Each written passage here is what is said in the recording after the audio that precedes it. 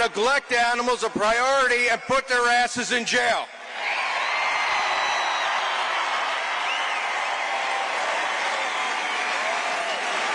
And don't forget, statistics show if you're abusing animals, you're probably abusing your family too. The past 7.5 years, there have been an explosion of suicides and drug overdoses in your Maricopa County jail system.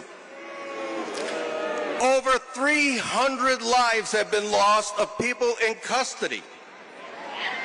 I will focus on increasing the safety for those that are incarcerated and protecting the taxpayers of this county from paying those enormous lawsuits that you know that follow. I'm often asked about homelessness. Well, what can you do about that if you're our sheriff? Well, I'll tell you what I can do. Homelessness is plaguing our communities throughout Maricopa County, and it's a lot more than just law enforcement can handle. But as your sheriff, I will make homelessness something that we will have an impact on, because people in jail are there because most of them have mental health issues. They self-medicate with illegal drugs. So as your sheriff, I will make sure they get the proper treatment they need. I will send them to medical providers, shelters, and mental health centers. We can make a difference. Criminal cartels have created an explosion of fentanyl on our streets here in Maricopa County. Did you know that 6 people a day on average die of drug overdoses here in our county? 4 of them attributed to fentanyl? This is unacceptable, ladies and gentlemen. We cannot accept this poison anymore. This cannot be tolerated. And there's probably not one of you in here that doesn't know a story or have a family member or someone, a neighbor that's been affected by this crisis. Well, I have a story. Someone that I grew up with, her son and his friend were sitting there at night watching TV. She kissed them goodnight. She went to bed. She woke up the next morning to have her teenage son and his friend dead on their couch. This is a story that is all too frequent in this country. Fentanyl overdoses. It only takes one pill one time. But as your sheriff, I am going to commit to stopping or preventing as best we can to bring the drug and addiction unit back, put them on our southern border in Maricopa County down by I-8, fight those drug cartels. You know, those dedicated deputies, we've done it once before, and when I become your sheriff, I'll do it again. Holding criminals accountable, keeping jails open for all the cities in Maricopa County to use, and protecting the civil liberties of our citizens will be the hallmark of my administration. I can do this. I have done this in my 40 years with the Maricopa County Sheriff's Office, and I'm asking for your help. I'm asking you for support and your vote. I want to thank Turning Point, because this is where this comes in. Turning Point action is helping all of us, all the candidates you'll see today, get us elected here in Maricopa County and in Arizona by chasing those ballots. It's so critical that we all vote. There should never be a ballot left on somebody's kitchen table. Well, Republican ballots. They can leave the Democrat ones there. So, may God bless all of you. May God bless the United States of America. And may God bless our next president, Donald J. Trump. Thank you very much.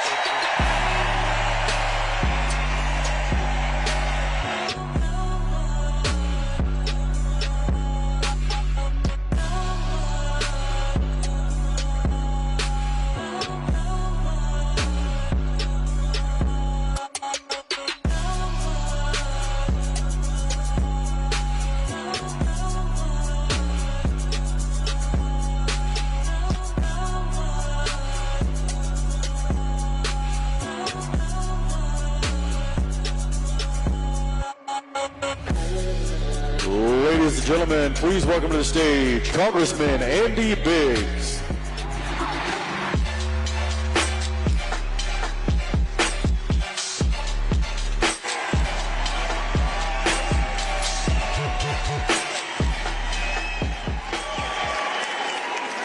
The most beautiful state in the country, Arizona.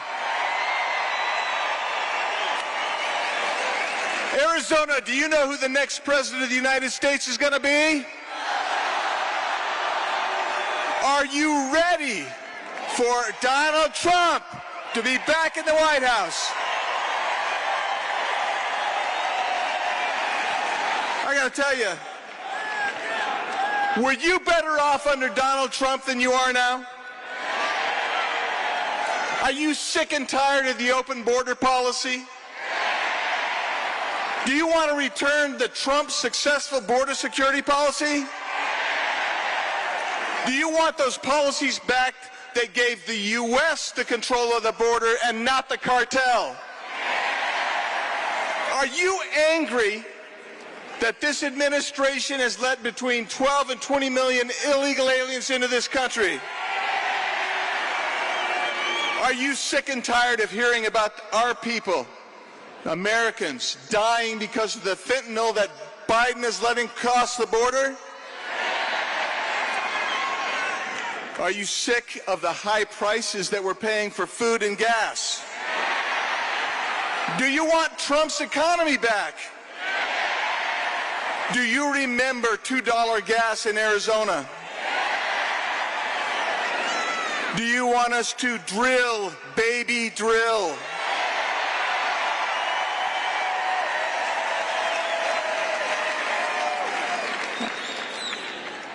Were you better off under Donald J. Trump?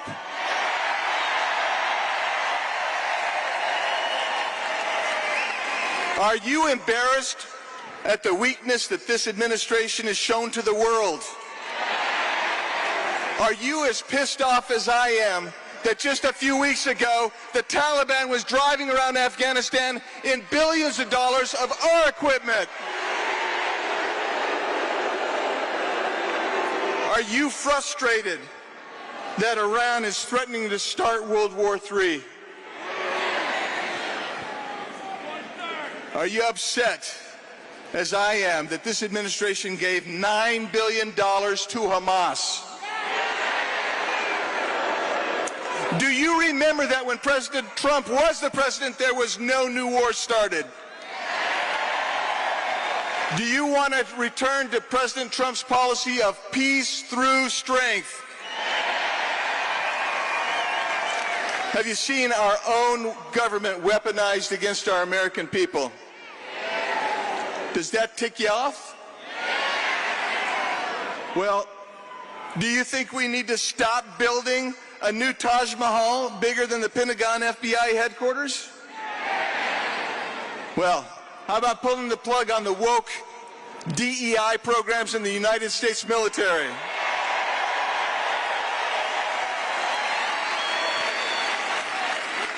Was the military better off when Donald J. Trump was the commander-in-chief? Should we stop allowing boys to go into girls' bathrooms?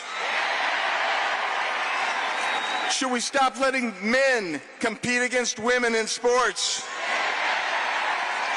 Were families safer and more protected under Donald J. Trump? My friends, is this still one nation under God? Will we return to him and save this nation? And are you ready to work to return Donald J. Trump to the White House?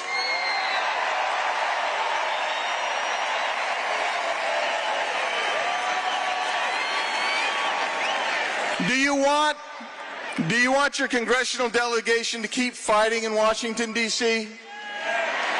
Do you want us to raise our fist like Donald Trump did and say, fight, fight, fight, fight?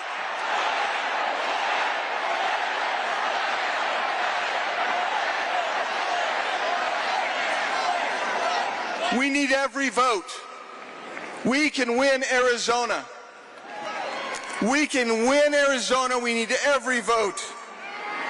Will you join me? Will you help us? Will you help us get every Republican voter to the ballot? Will you join me and our friends at Turning Point Action, their grassroots ballot-chasing effort to get people to the ballot box? Will you do that? Will you help us chase the ballot? That seems soft to me. We need to chase that ballot.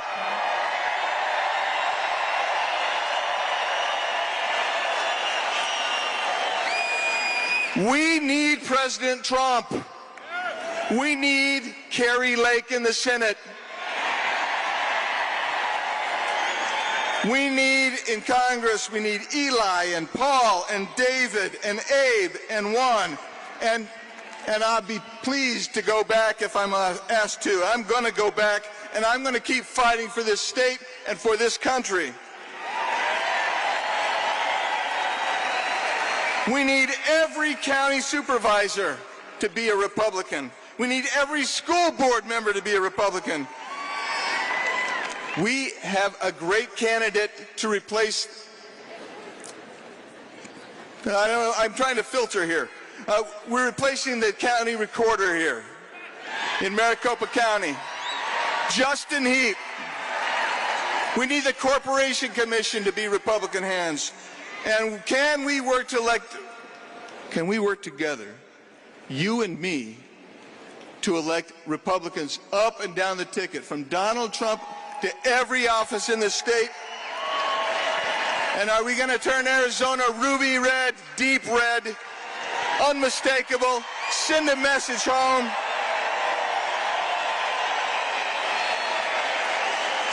And let's just finish it off by reminding the world and our friends in the media, who's the next president? Donald J. Trump. Thank you all. God bless you. God bless this country. Thank you.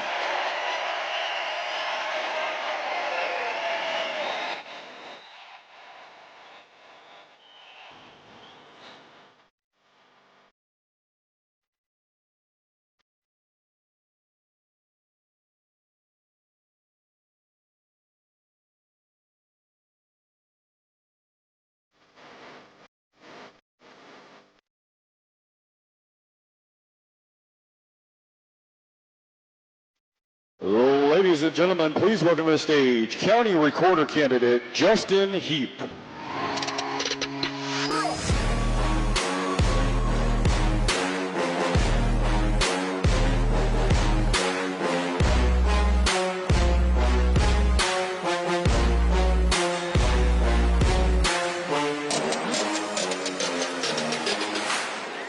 Wow. I got to tell you, this is a good-looking room full of patriots. You want to know the best thing about speaking at a Trump rally? Is you don't need to use AI to make it look like the seats are full.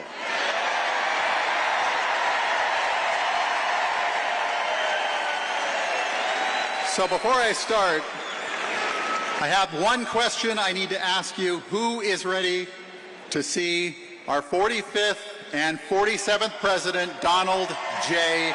Trump?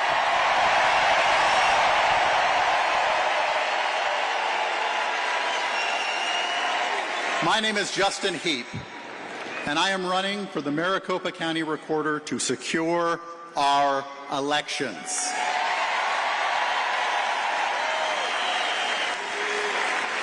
I am honored and humbled that just a few short weeks ago, hundreds of thousands of hard-working Maricopa County voters from Wickenburg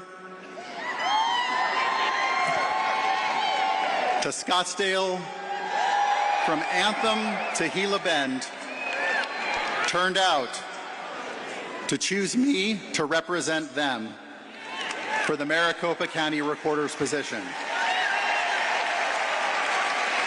and to be the Republican nominee for one of the most important races in America today.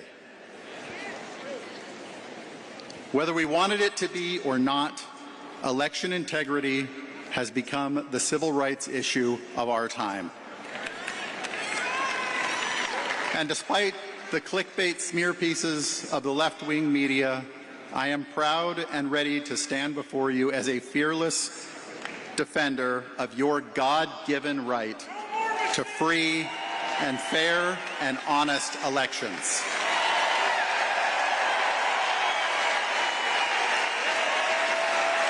You see, I am an America First conservative. That means that I will always put the people of this great nation first. When I take my oath of office, I will always make sure that every lawful, law-abiding citizen is put first, and that the citizens of the great state of Arizona will always come first.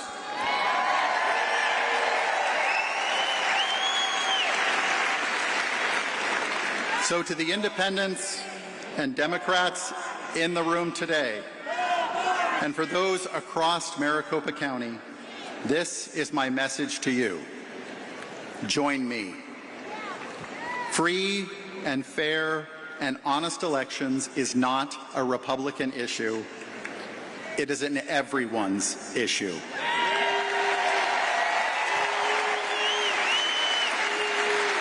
I'm old enough to remember when it was Democrats that were raising the alarm bells about the insecurities in America's election system.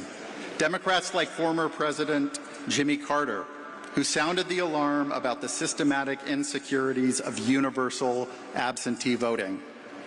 Democratic senators like Senator Elizabeth Warren, Amy Klobuchar, and yes, even then Senator Kamala Harris, who while serving as the most extreme left member of the Arizona Senate, still discussed the inherent vulnerabilities of our use of voting machines. If she were here today, I imagine that she would say that she would like to see our elections for what they can be, unburdened by what has been. So to the independents and Democrats listening and here in the room today and listening all across Maricopa County, don't listen to the innuendos, the half-truths, and the whole lies, which will inevitably be spun about me by a Democrat-controlled media and by high-priced, out-of-state political consultants. Hear me right now. I want to make our elections run effectively and efficiently and securely. Nothing more, nothing less.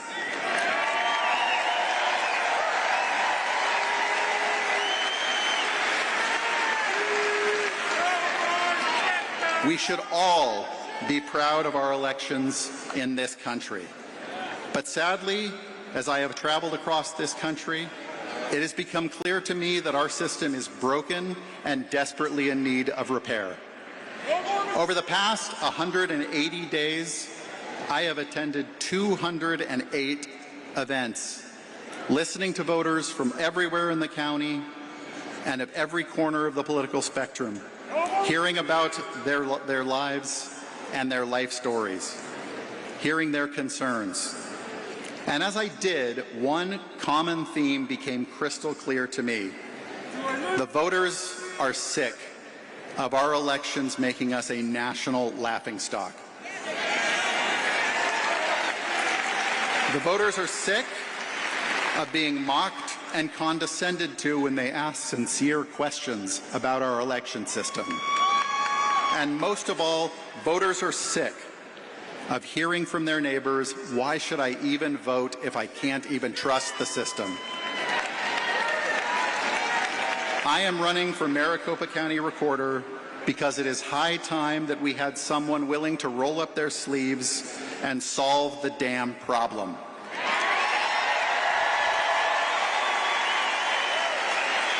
let me be clear. Every voter, regardless of political party, should be able to have confidence in the process and outcome of our elections. Every voter should be respected by the people running our elections. Our election laws must be followed, and the plague of election day problems that we have seen in recent years must end now. And for heaven's sake, we need our election results by election night.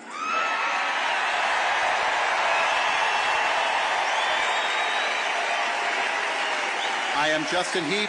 I am running for Maricopa County Recorder, and with the help of Turning Point and Trump Force 47 that is working to bring out our voters across this state and swing states all across America, we too can make our elections trustworthy again. I am Justin Heap. I hope that I will have your vote. Thank you, and God bless the great state of Arizona.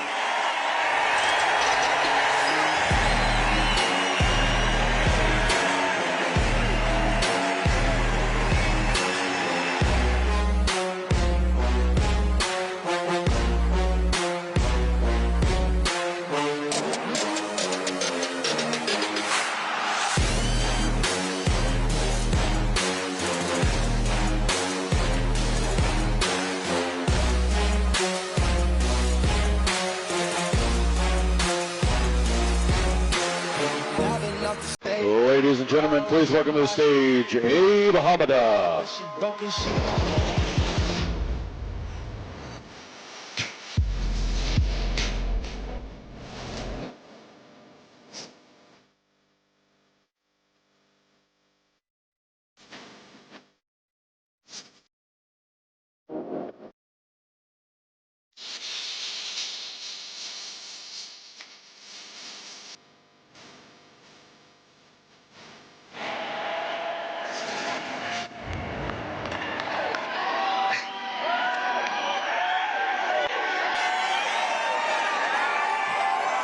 Arizona loves its fighters, don't they? And you know, today's a very special day for one of Arizona's toughest fighters. I don't know if you knew this, but today is the birthday of Arizona's next senator, Kari Lake.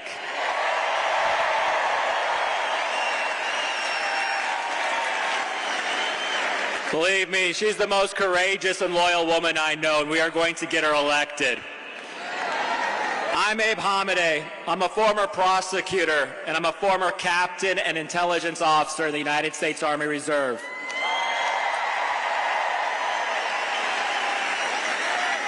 And today I stand before you as your next congressman.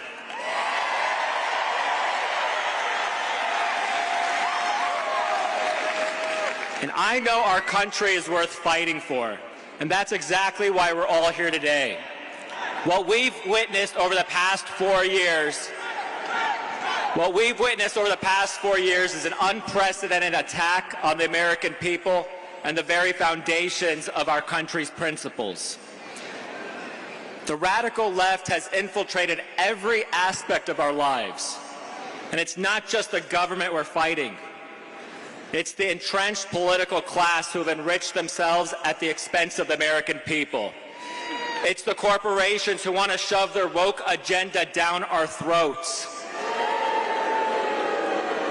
It's the propagandists in the media. You see them back there?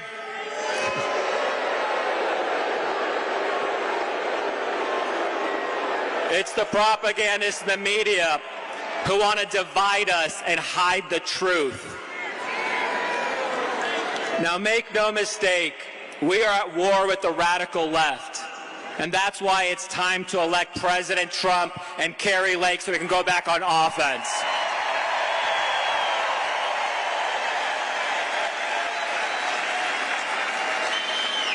Our southern border is a war zone, and it's wide open. And that's why on day one, when I'm elected to Congress, I'm going to work with President Trump and our new Senator Kari Lake to designate the drug cartels as a foreign terrorist organization. We have to. They are destroying our communities with the plague of fentanyl coming in from the communist Chinese. They are bringing in millions of illegals across our border, and they are even funneling in terrorists. If there is one war we should be fighting, it's to defend our homeland against these barbarians.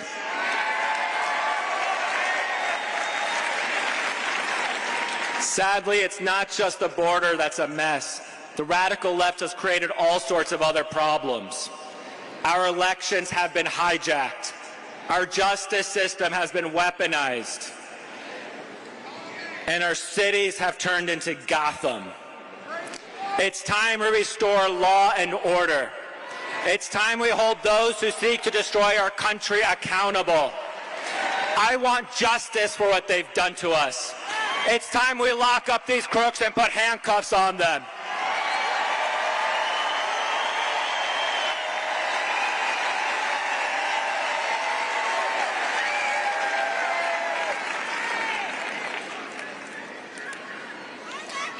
Now, the media loves to lie about us, don't they?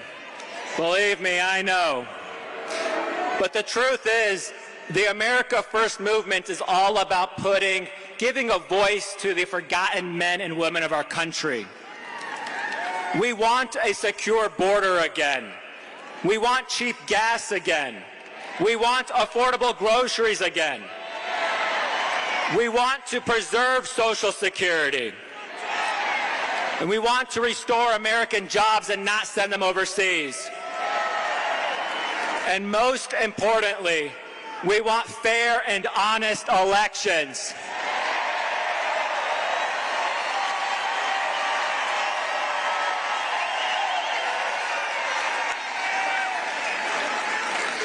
And there's only been one man to take on this fight before. Only one man that has risked everything to stand up for the American people and say that America is no longer for sale. And that man is President Donald J. Trump.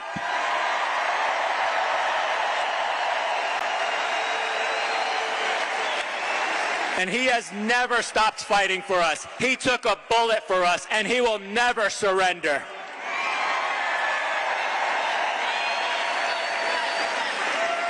They lie about him, they try to bankrupt him, they've tried to jail him, and they've even tried to kill him.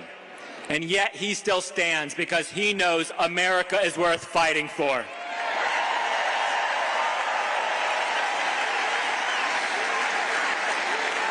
You know it, and I know it. We could feel it in our gut that what happens this election will determine our country's future for the next century. In Arizona, we are in the 11th hour, and they will try to stop at nothing to keep President Trump out of that Oval Office. But they can't stop this America First movement. Arizona, you know me as the happy warrior, but I'm also a pissed patriot too. I say I'm a happy warrior because the best warriors fight for what they love. And I love my country. And I will always fight for the America we remember. Now, every day I think about what they've done to so many of our friends like Steve Bannon, like Rudy Giuliani, like Peter Navarro, and so many others. And right here in Arizona, we have an illegitimate attorney general going after 18 Republican friends of ours simply for fighting for the truth.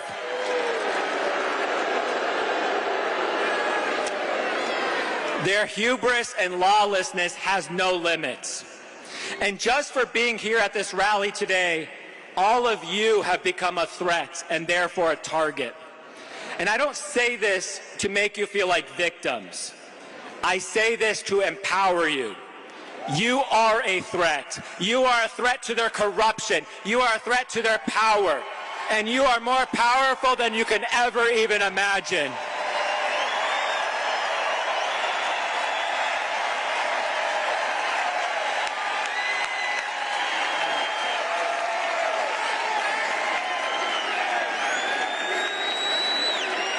And that is why I'm asking you to stand with President Trump, Kari Lake, and the entire America First movement all across our country.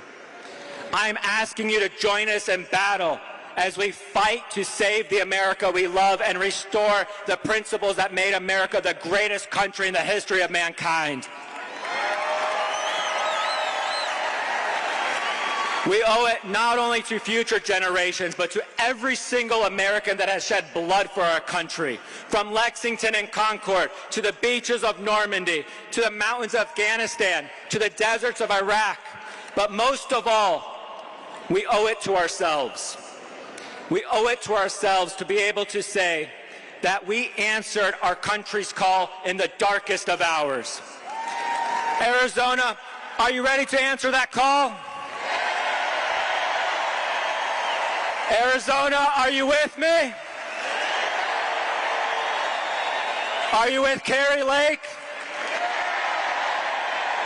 And are you with President Donald Trump? And we are with you now and forever. So this November, let's give them a November to remember. Thank you, Arizona.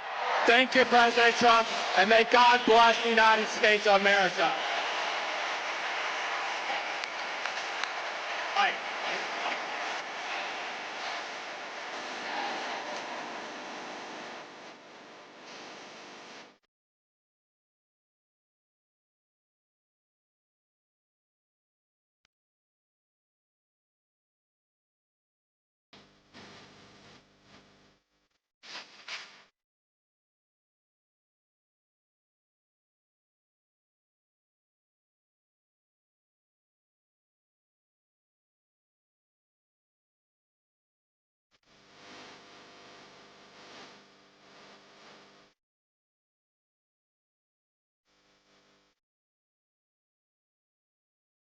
Ladies and gentlemen, please welcome to the stage, Charlie Kirk.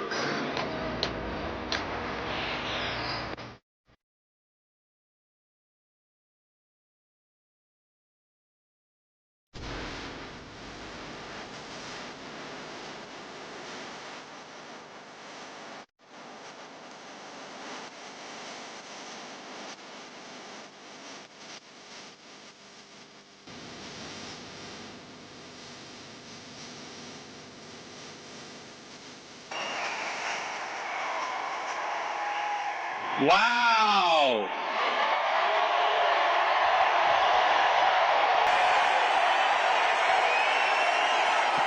You know, someone who wants to be president had an event here.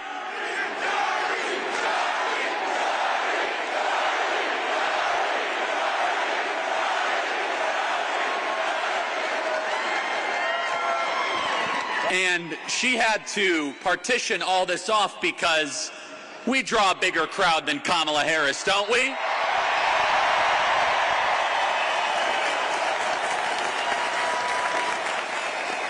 It feels so good to be around all of you. I was in Chicago this last week, so you didn't have to go there. We already defeated one presidential candidate, so we might as well now defeat another one.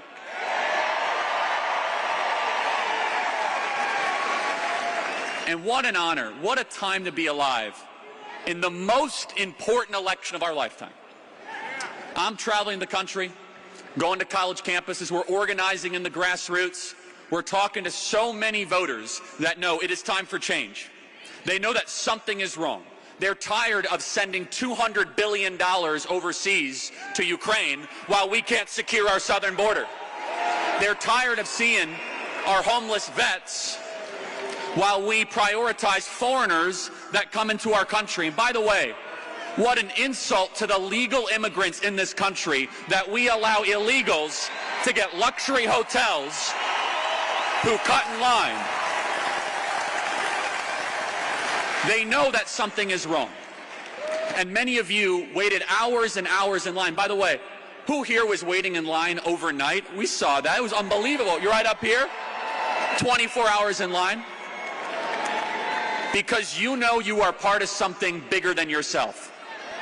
You know that you are part of the most exciting, diverse, powerful movement in the history of this country. And this movement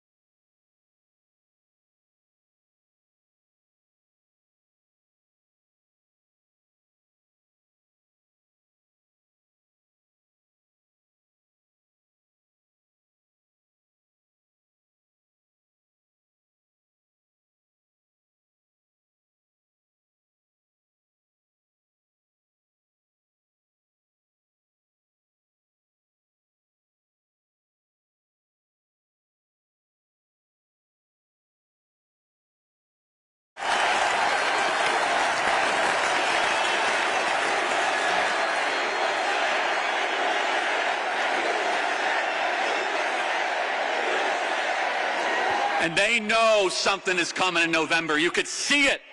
They're terrified because they've lost control. They've lost control of the narrative. Today, we saw the next chapter being written. You understand you're living through history being here today. You see,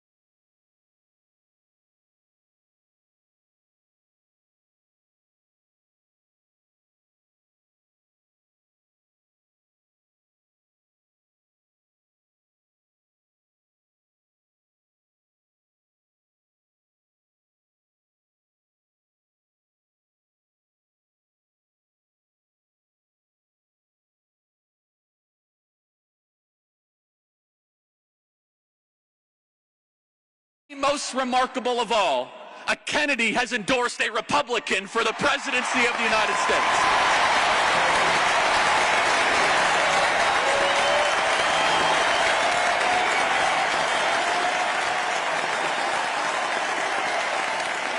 And you better believe they're scared.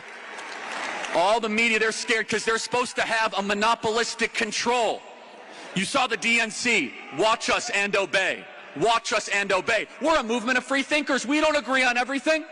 We have differences of opinions. That's why our movement is going to win. In the Democrat Party, they say disagreement is not allowed. They don't believe in free speech. They don't believe in the free discourse of ideas. I think it's a wonderful thing that we could say we might disagree on the small stuff, but we agree on the big stuff. We agree that we should prioritize American citizens over foreigners. We agree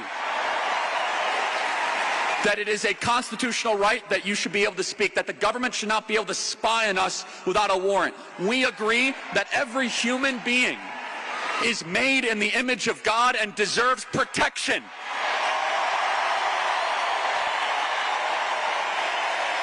We agree in your right to bear arms. We agree that the Founding Fathers were divinely inspired when they wrote the United States Constitution. The small stuff we can disagree on, but the differences are dramatic, and that is why we need to extend an olive branch to the Democrats in your life, the Democrats that still have a little bit of a free thinking. Now, I'm not talking about the Democrats that got the 9th booster shot and wore a mask while they showered. I'm not talking about those Democrats.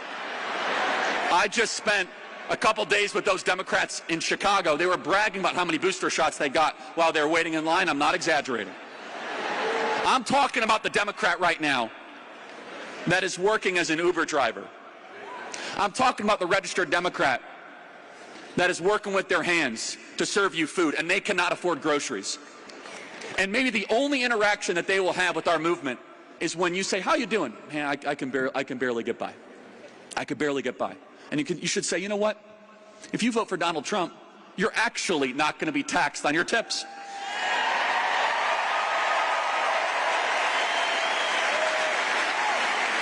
This movement is growing and ascending because we all agree on the big stuff.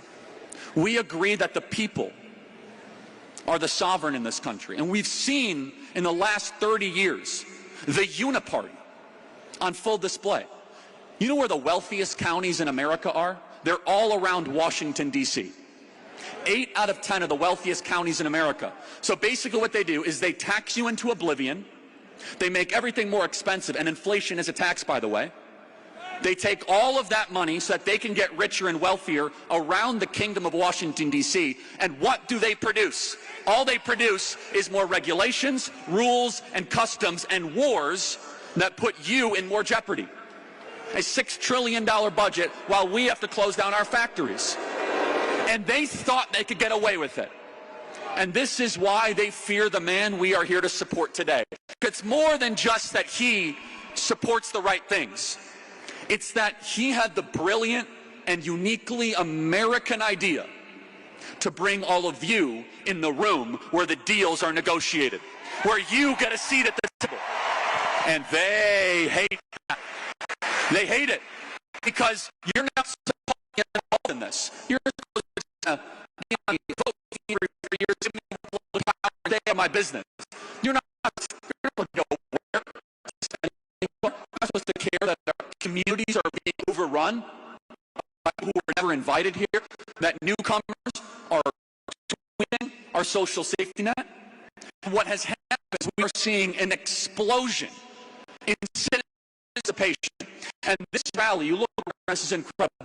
Only starting point. But what they will really fear, the Democrats are going to be terrified. They're going to be terrified that every single person here makes a pledge and says, I'm going to go find 100 new voters, and I'm going to go make sure they vote. We have nearly 16,000 people and thousands of people outside. We'll get the final count. If everyone here just found 10 new voters, that would be 160,000 new voters here in the state of Arizona, nearly 16 times what the ballot shortage was in 2020. You want to make it too big to rig? Let me tell you the open secret of this event. This room can deliver the state of Arizona for Donald J. Trump. This room. All of us together. This room.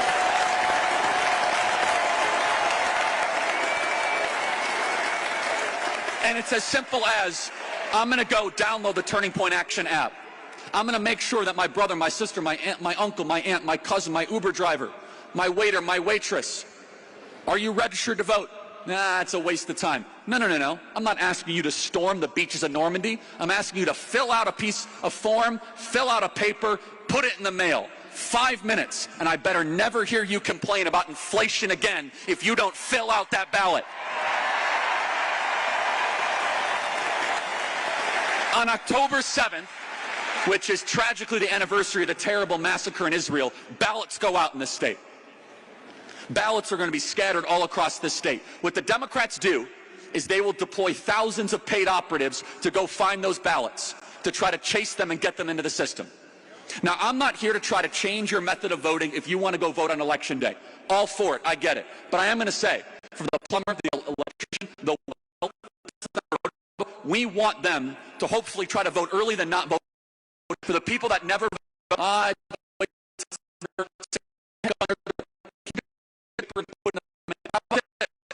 if he said everything work perfectly,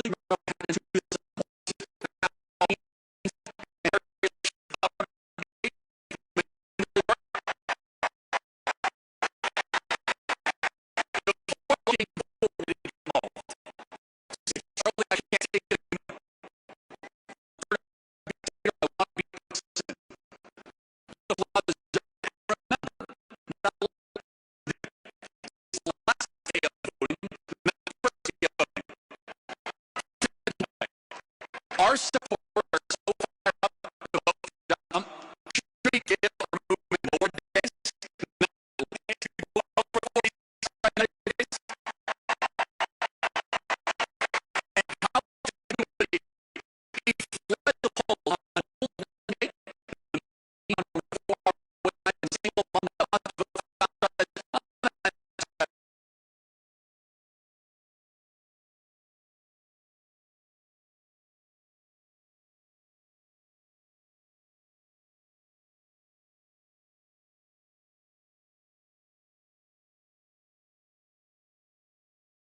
say one other thing on this. I believe that was the most witnessed televised miracle in history. The glory of God saving Donald Trump's life. And let us give God the glory. What will be the differentiator? Because the Democrats are already saying it's going to come down to a couple 100,000 votes there. Here's the difference maker. In 2020, we fell 41,000 ballots short. So I want you to think back to 2020 of what you didn't do, of the door you didn't knock on, of the friend you didn't pester to get the ballot in, of the friend that you didn't text. And then I want you to do that, and then I want you to double it. The difference maker is this: we will be outspent. The media will lie about our movement. They will lie about Donald Trump, but they can't control you. And they know it. There will be fake polls. There will be suppression polls.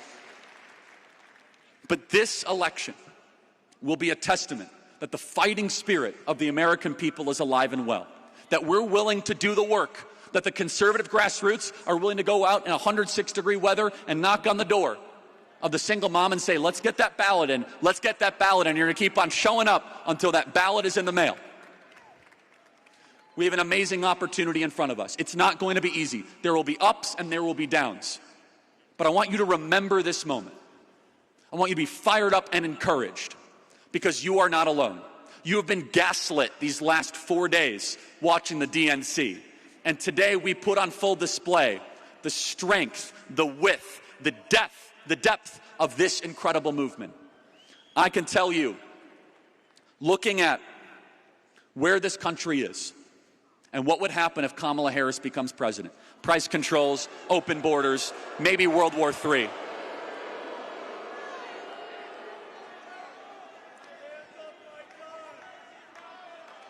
Thankfully, that's a new one. They're chanting crazy, crazy Kamala. It's a new one. By the way, I wouldn't expect anything different. It's a group of young conservative men. You know, young men are the most conservative they've been in 50 years, by the way. It's great. Today is our 2-year-old's birthday. And I look at my daughter, and that is my why. And for those of you that are parents, you know exactly what I mean. Knock on that extra door. Go that extra mile. Talk to that extra friend. Because throughout voting month and culminating on the 5th of November, I believe it will go down as a day that people remember, as a day that is written about in history books, as the final battle from the golden escalator on down, from defeating Hillary Clinton, from the nonsense of 2020, from Butler, Pennsylvania, November 5th, it all culminates where we restore the promise that the founders gave us. And they said, hey, if the people want it, the people get it. And we, the people, take back America. God bless Arizona, and thank you so much.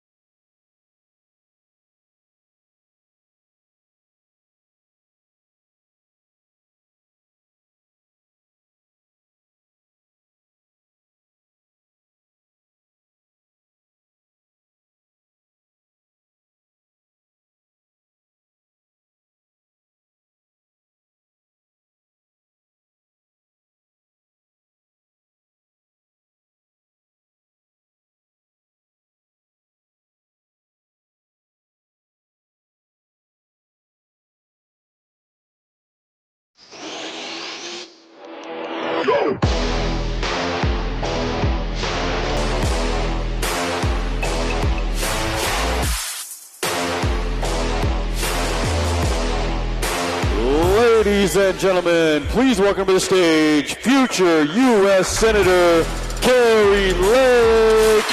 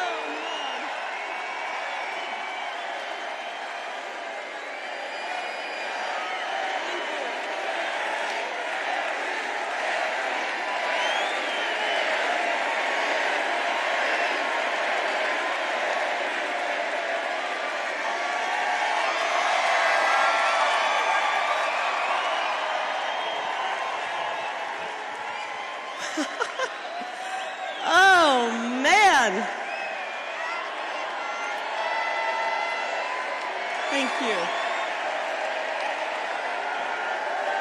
Thank you so much. Thank you so much. Wow.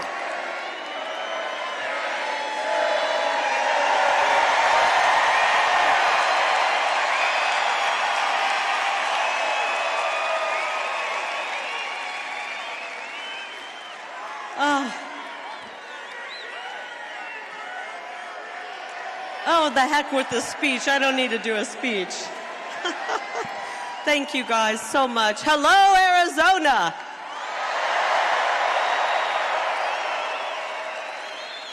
Unbelievable. Look at this crowd. This is amazing. This is all the way up to the rafters, by the way.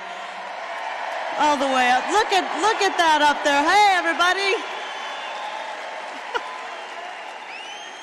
Oh man, President Trump, we're going to blow his mind today. This is amazing.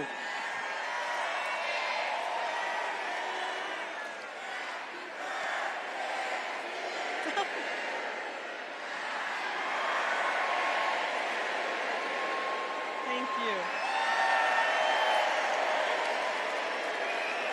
Wow. Thank you. Thank you so much. Thank you, thank you, thank you. I'm speechless. I'm speechless for the first time in my life. I'm speechless. The fake news media probably likes the thought of me being speechless. But I'm about to get wound up. Is that okay?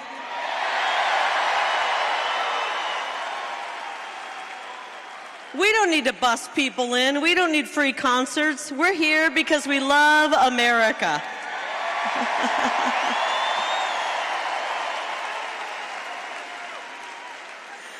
Oh, I think I want to speak to my old friends in the fake news because, you know what's funny? They've been trying to say specifically that in Arizona, the MAGA movement is dying.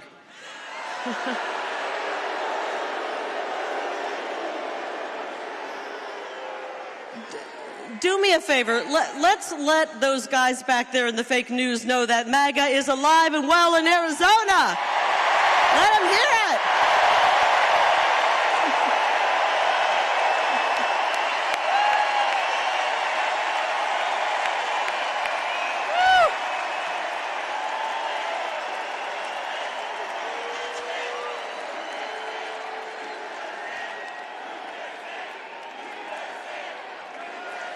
Oh, it's funny. It's actually pretty funny. It's actually pretty funny because they're saying that MAGA is dying, but you know what's dying right before our eyes? The fake news is dying and their propaganda.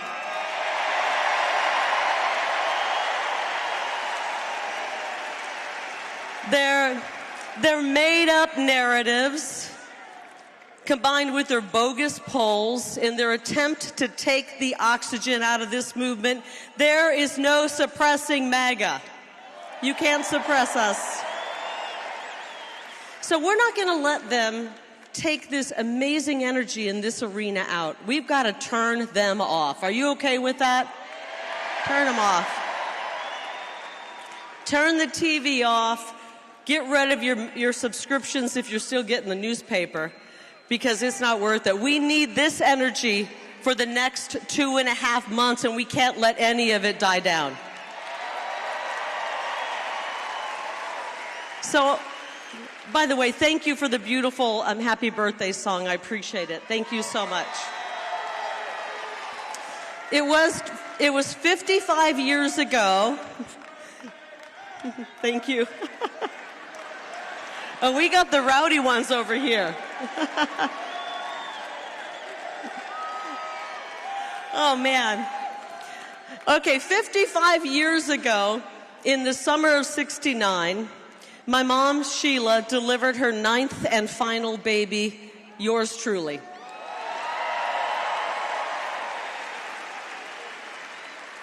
I wish that my mom and my dad were alive right now to see this. I really do. My mom was a nurse. My dad was a very successful head football coach. And I will tell you this, speaking of football coaches, we've heard a lot about them lately. Coach Larry Lake supplied the young men that he was coaching with helmets and shoulder pads. Unlike this assistant coach, Tim Walls, who supplied his young men with tampons and maxi pads. What the hell? What the hell?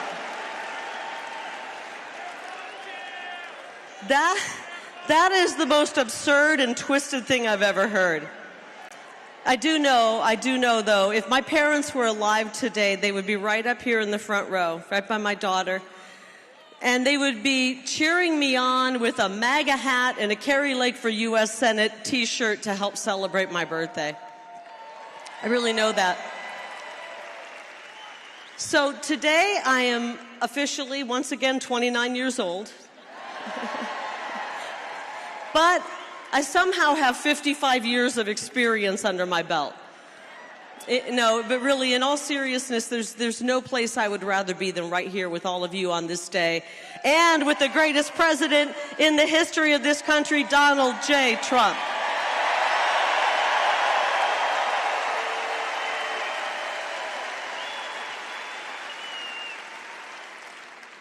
I'm worried we're going to wear out our energy.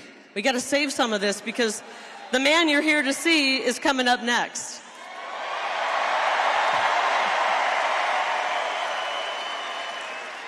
So I have to tell you a story, okay? This is actually the second birthday that I have spent with President Trump. On this day 3 years ago, I spent my 52nd birthday in New York City. Now, of course, I'd met President Trump before. In my previous life, when I was working in the news, I had the privilege of interviewing President Trump when I was one of the last remaining fair and honest journalists. But this time, a few years ago, I got to connect with him for the first time in my new life in politics, and it was an experience I'll never forget. I was at Trump Tower. I took that famous golden escalator up. I hopped onto a golden elevator and shot up to the 26th floor of the beautiful Trump Tower in Manhattan. And as I was looking out on that skyline, much of which, contrary to a well-known politician who said, "You didn't build that," Donald Trump had indeed built that, a big part of the skyline of New York. And I thought to myself, so is this what Frank Sinatra sang about in New York, New York? This was Trump Tower. This was New York City. If we could make it there, you can make it anywhere. Jeff and I were there. We were led into his office, and behind a large, beautiful desk sat a larger-than-life Donald J. Trump. He welcomed us. And immediately we launched into a recap, and he remembered a recap of a Turning Point event that we both attended about a month earlier. And he talked about the huge, loud, incredible, warm applause that I had received when he called out my name from you, the people of Arizona. And he said to me, I'll never forget it. He said, "Kari, that wasn't a poll that you hire a pollster to do. That was a real poll. That was the people telling me who they support." Right? And then he began asking a few questions about how the campaign was going, polling, about policy. And I'll be honest, I was able to answer all of them with no problem, except one. A very important question that took Jeff and me completely off guard. And my husband, I don't know where he is. Are you out here, Jeff, somewhere? Come here, hon. Say hi to Jeff, please.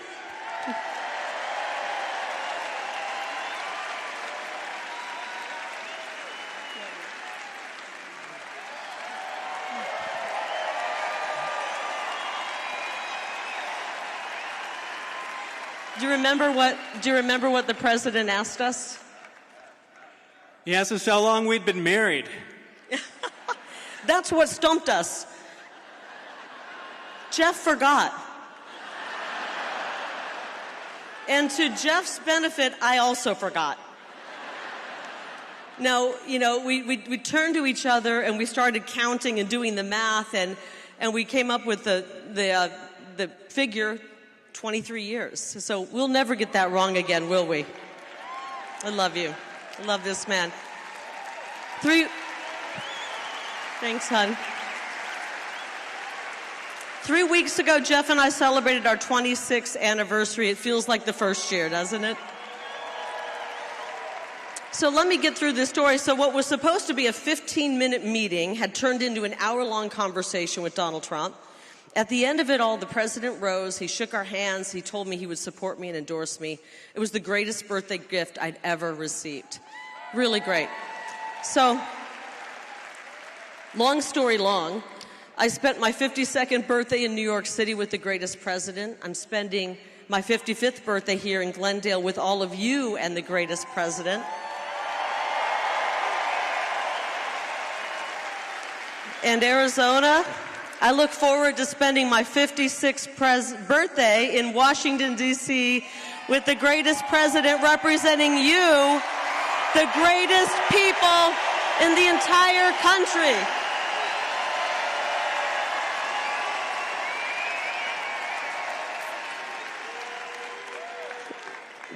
Decades ago, like many of you, on my 18th birthday, I registered as a Republican, inspired by a man named President Ronald Reagan, whose very powerful words still guide us. I think one of his most famous speeches, he said, "You and I have a rendezvous with destiny. We'll preserve for our children this, the last best hope of man on earth, or we'll sentence them to take the last step into 1,000 years of darkness." That speech was called A Time for Choosing. And that's exactly where we stand at this moment. We're at a crossroads and we have a choice right now. We either save this country and our best days are ahead of us, or we plunge into 1,000 years of darkness. Guys, we're going to save this country.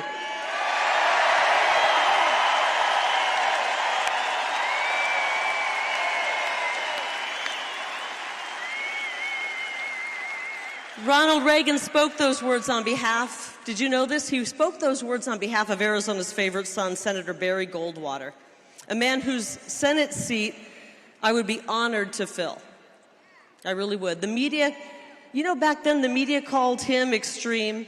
The media called Reagan extreme. They called Trump extreme. They call me extreme. And they call each and every one of you extreme. Yep. Because we are on to their corrupt system.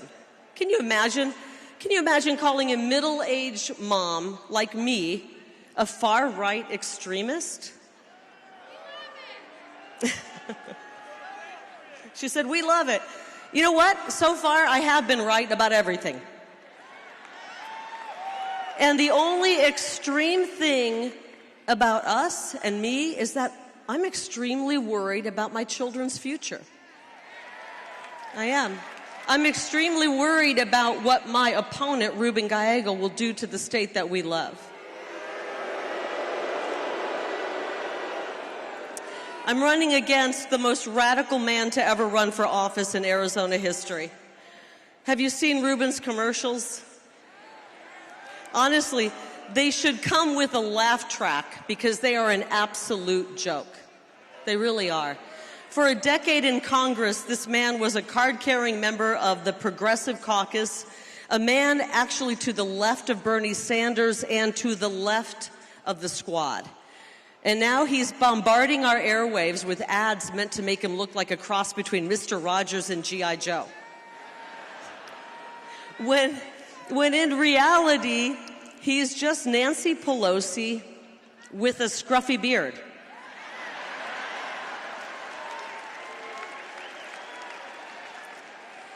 Now, guys, if you don't mind it, I'm about to lay out some hard truths about my opponent, Ruben Gallego. And I'm not telling you this to be mean. I'm really not. I'm telling you this because the people have got to know before they vote who this guy is. His ads leave out a whole lot of despicable treatment of women. His ads don't tell you that about the time that he harassed and threatened a 20-year-old female intern, and when she complained about it, she was fired. His ads don't tell you about the fact that his fellow Democrats down at the state legislature gave him the nickname the Troll because of how creepy and degrading he was with women. And his ads don't tell you about the time he told a Latina woman that because she was a Republican, she wasn't a real Latina. Can I hear it for our incredible conservative Latina women? We got a house full, including my daughter right down there.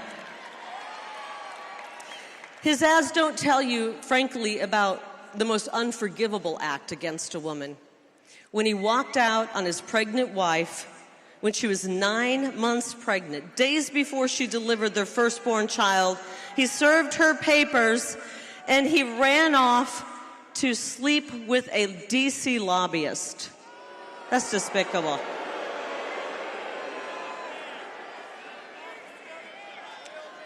I can promise you, if Ruben Gallego will abandon his family to jump in bed with a lobbyist, he will abandon Arizona in favor of DC lobbyists every single vote.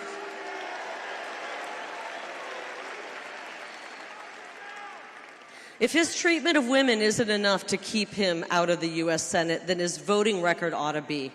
I want to talk about his votes. He supports open borders. He told donors, this is actually shocking, he told donors when it comes to the border, it's not his expertise. He called the border wall, which is keeping us safe in some areas, dumb and stupid. And he voted against the SAVE Act. That means he wants millions of illegals to vote in this upcoming November election.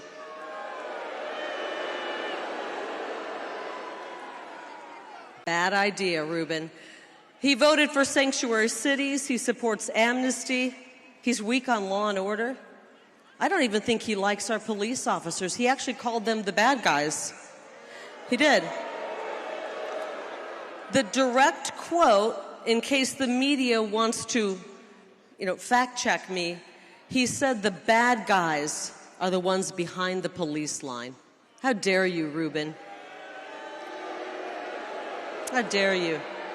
He marched and defund the police rallies, and then he threatened ICE agents. He's weak on the economy. He voted for legislation that resulted in this 40-year high inflation. That's why we can't afford anything. And when it came to the very short period of time that he worked in the private sector, he was a director for a bank that built immigrant families out of their life savings. At another company he worked for, under federal investigation during Ruben's time for Medicare fraud. Guys, I'm telling you all this because the fake news media won't cover him.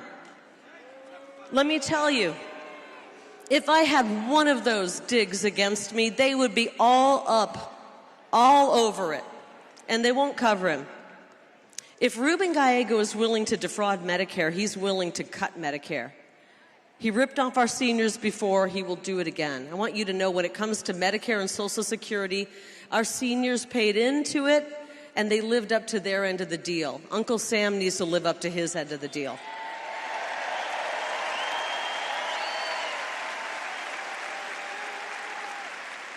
Let me be perfectly clear, when I'm in the U.S. Senate, any politician that tries to lay a finger on your Medicare or your Social Security will have to go through me.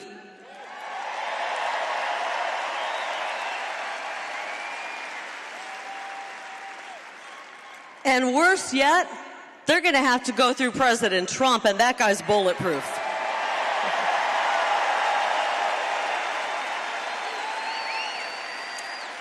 Arizona, we've got to reject the dead-end Biden-Harris agenda that Ruben Gallego voted for 100% of the time. We can't take 4 more years of this.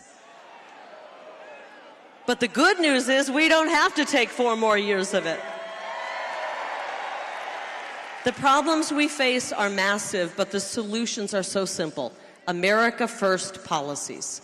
Strong economy, safe border, safe streets, energy dominance, record low inflation, mortgage rates, unemployment. When we win, we're going to bring back that hot job market that President Trump introduced.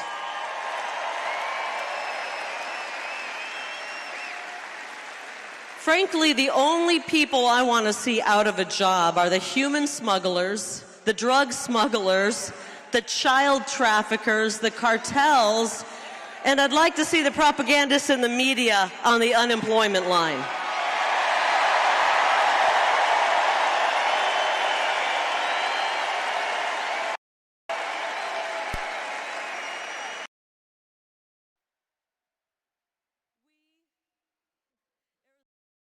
Clean, safe, and secure neighborhoods. We deserve to be prosperous again, and our children deserve a shot at the American dream. And I'm going to be a little bit selfish right now. I'm not a career politician. I'm a mother of 2 beautiful children. My son is 19. Let's hear it for our boys.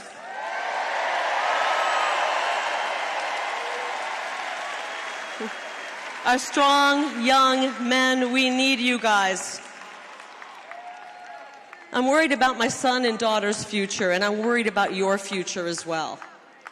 I'm a fed-up mama bear who recognizes that President Trump is the only person who can lead us out of this nightmare and restore the American dream.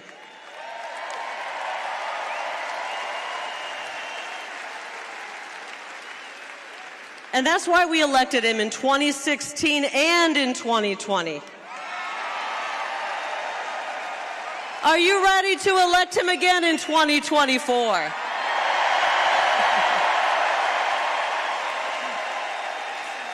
Arizona, vote Trump for president and Lake for U.S. Senate.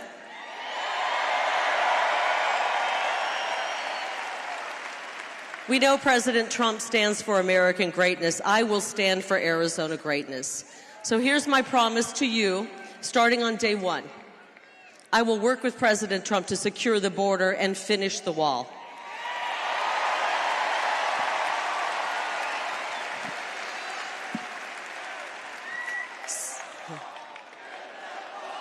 That's right. That's right.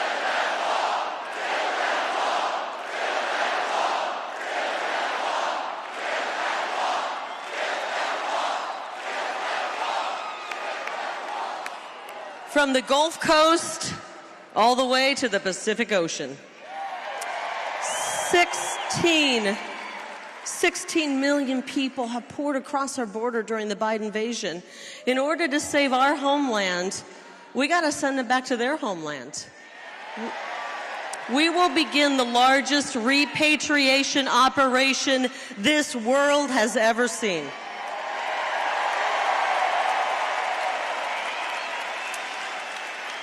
We will define the drug cartels. We will define the drug cartels as foreign terrorists, and we will use every ounce of energy our law enforcement and military has to put them out of business for good.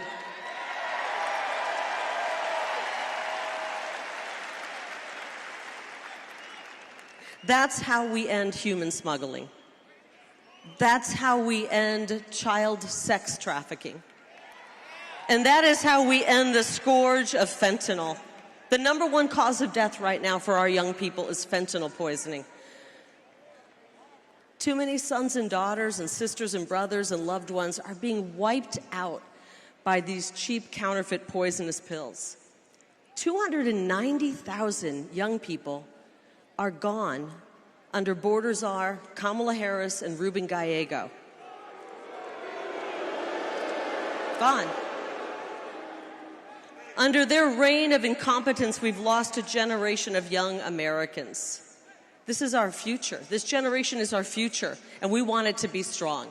So my message to young voters, and they're all over this place, I will be your biggest advocate in Washington, D.C. I will do everything I can to help you guys start a family, own a home, and live the American dream. I have one favor to ask you, though. I want you guys, when you think of that American dream, to dream big, really, really big, okay? Because the future is going to be bright. The future coming your way is going to be very, very bright. Now, a couple more promises. Before I vote on any legislation, first of all, I plan to read it, okay? And then I'm going to ask myself a few questions. Will this make Arizona safer, stronger, more affordable? Will it make our country more secure and prosperous? And is it constitutional? And if the answer is yes, yes, yes, yes, and yes, then I'm going to vote yes for it. It's pretty simple. I will support legislation that calls for the death penalty for any criminal who kills a police officer in the line of duty.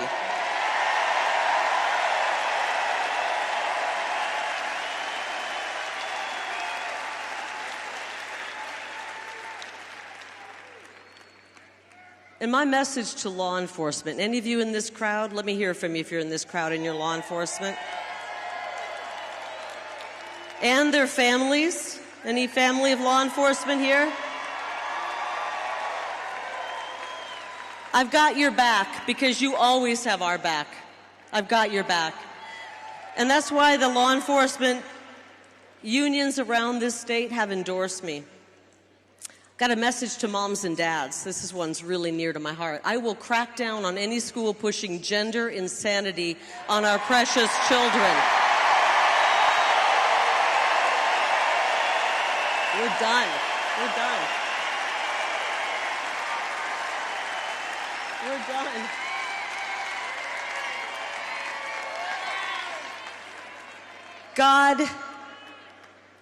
God did not put our kids in the wrong body.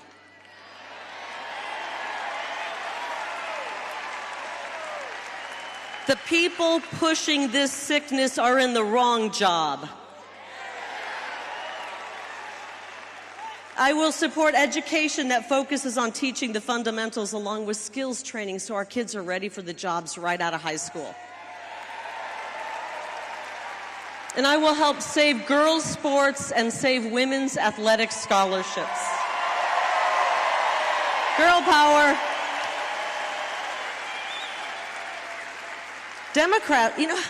Democrats always say, trust the science.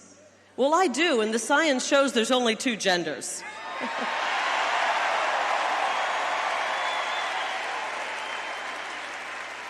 Okay, finally, we're going to address the water issue in Arizona and the American Southwest. We're going to identify new sources of water and explore desalination options, including piping fresh water into the West.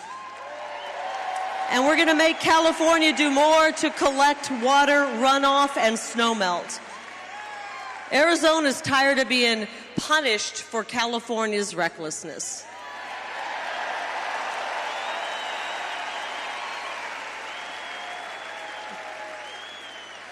We need a return to common sense America First policies. We're going to take our first step toward that when we vote in Arizona. Ballots hit mailboxes October 9th. Yes, we have voting season here. And Election Day is November 5th. And we all have a part in saving America. Vote early if you want. Sign up to be a poll worker and a poll observer. Go to tpaction.com/100 and sign up to be a ballot chaser. Can you do that, guys?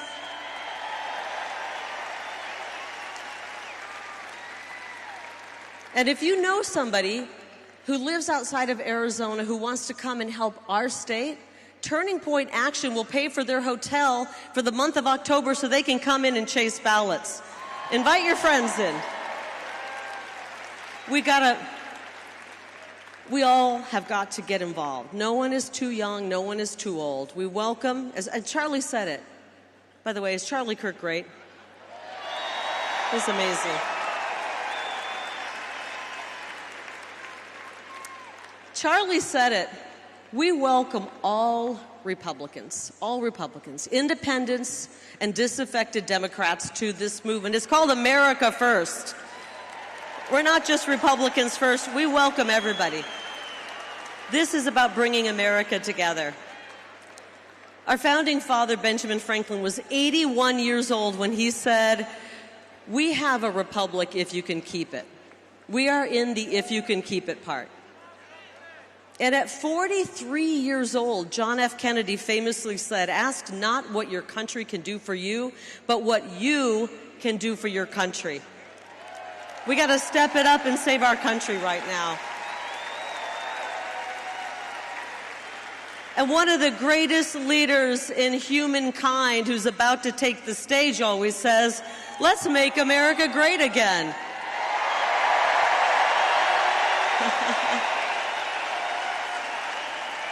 We will do it. Arizona, vote Donald J. Trump for president. Vote Kari Lake for U.S. Senate. And vote Republican up and down that ballot. And when you do, we will make Arizona great again. We will make America great again. I love you all. God bless you. God bless President Trump. And God bless State 48.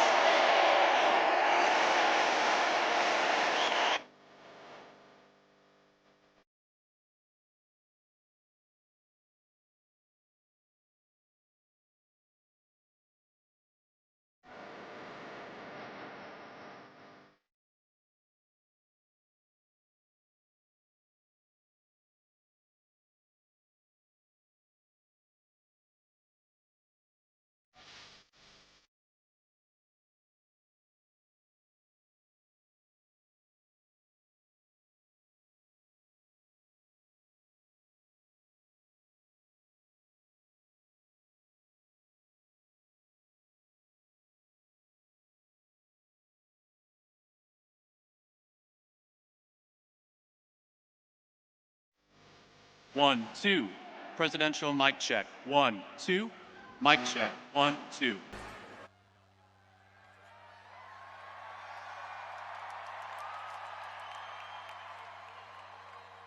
Rocketed by double digits since Biden and Harris both took office. Since then, the burden of record high inflation has continued to push the limits for people across the country. The number of Americans living paycheck to paycheck jumped to 61%. Our domestic policy, economic policy, immigration policy, foreign policy, energy policy, law and order, all of it is downright dangerous. Americans are hurting. But we have to go forward now. The country needs a win in this. And there's only one person who can make that vision a reality. Donald J. Trump! I will fight for you with every breath in my body. This is the most resilient human being I've ever met. We will defend America against all threats and protect America against all dangers. He brought manufacturing back to America. Small businesses flourished. He did what he promised. He put America first. You had a prosperity under Trump. People's incomes were going up. Not only did he keep his promise, but the results are there to show. We will never give in. We will never give up. And we will never stop fighting for our country, our flag, and our freedom. There is no bulldozer strong enough to remove the legacy that he has built. I will never stop fighting for you. He's ready to go face the cameras and come out swinging. The support that he has, if he's to leave it, this brief is going to blow up. Ladies and gentlemen, please welcome the 45th president.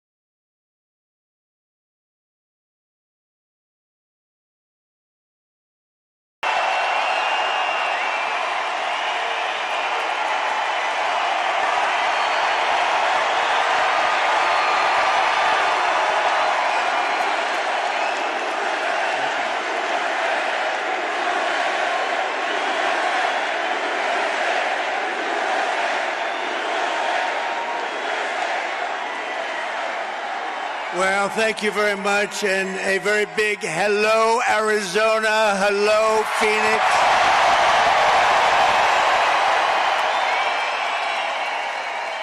I'm thrilled to be back in this incredible state with thousands of proud, hardworking American patriots. That's what you are. You built our country. 74 days from now, can you imagine? 74 days.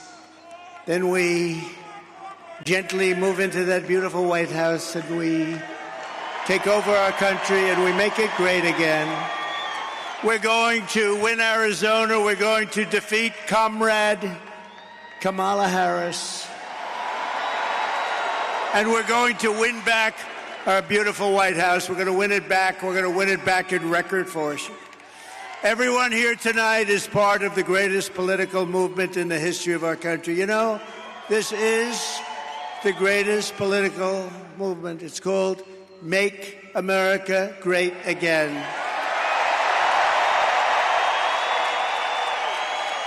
And it's right now bigger and better and stronger than it ever was before. You know, we won in 2016, and we did much better in 2020. A lot of people don't understand that, but we understand it. Millions and millions more votes.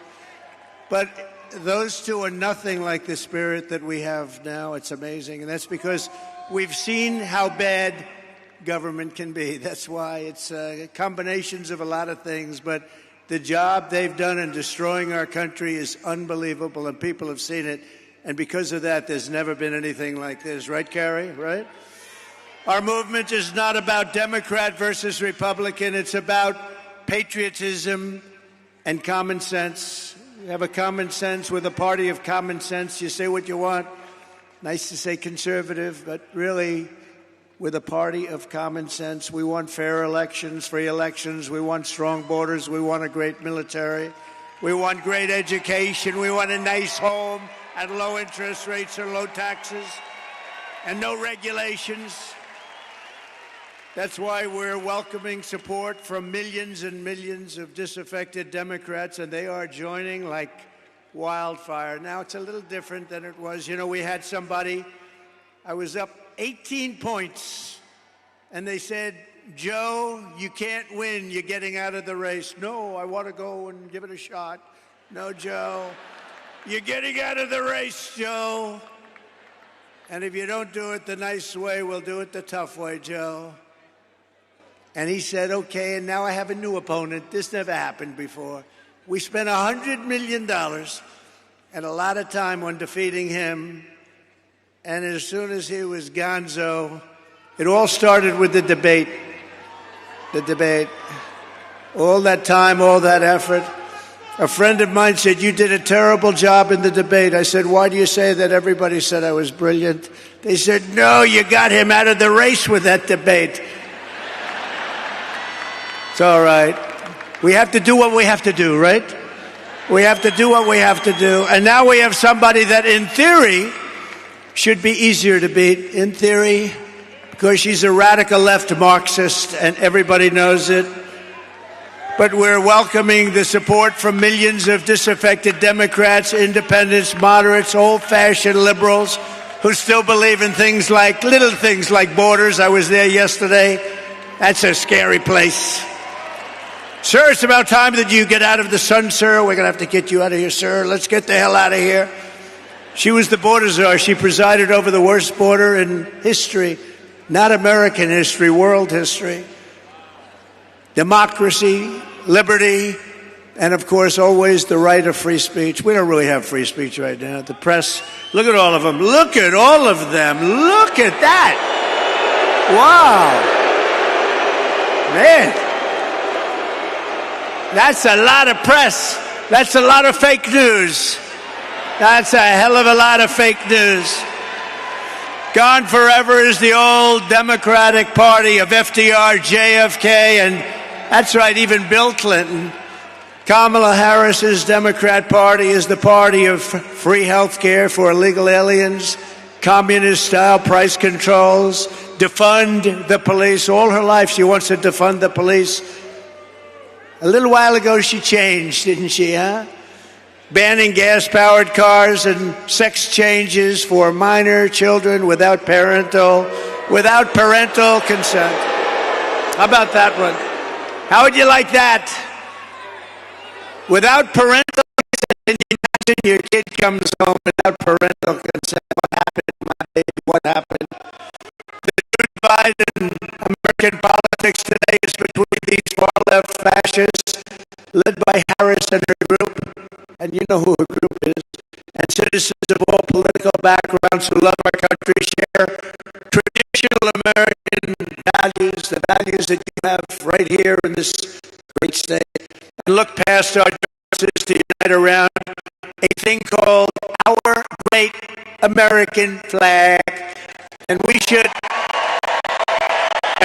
speak to our great congressmen and congresswomen.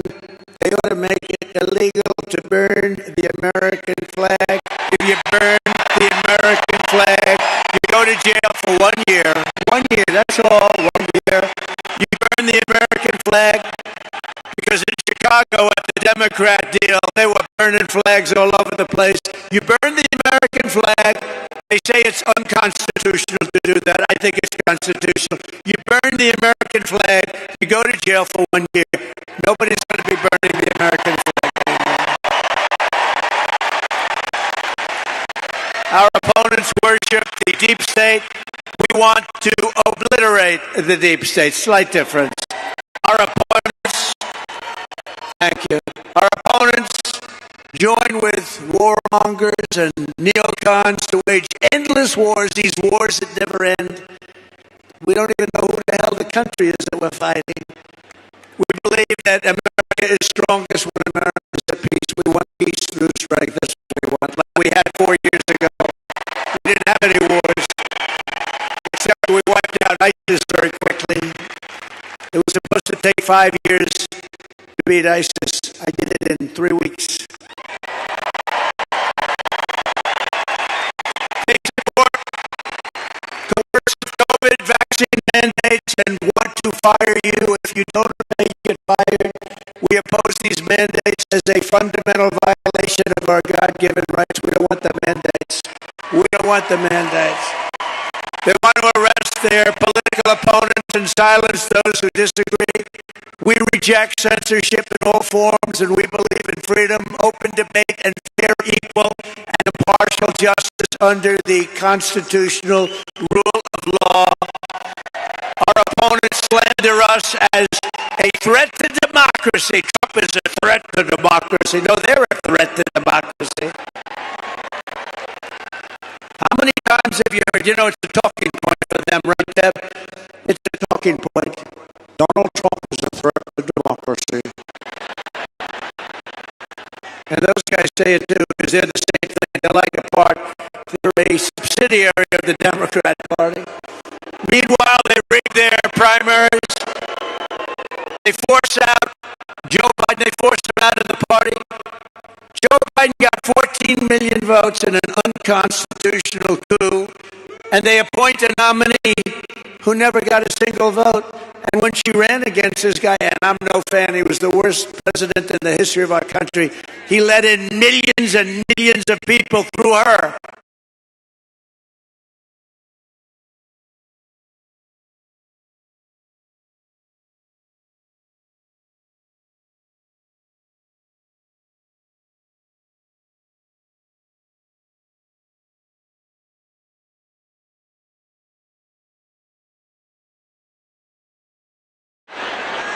And those guys say it too, because they're the subsidiary of the Democrat Party. Meanwhile, they rig their primaries. They force out Joe Biden. They force him out of the 14 million votes in an unconstitutional coup, and they appoint a nominee who never got a single vote. And when she ran against this guy, and I'm no fan, he was the worst president in the history of our country, he let in millions and millions of people through her. Let in millions of people would destroy our country. But we're going to get those people out, the people that came in here from jails and prisons and mental institutions. but they threw him out. You know, they ran against each other for the primary, and she never even made it to the first state, the great state of Iowa. Never made it. And now she's the one running. A little strange, isn't it? As you see, that's really a threat to democracy if you get right down to it, right? In our movement, we know that democracy does not mean rule by the Democrat establishment. It means rule by the American people.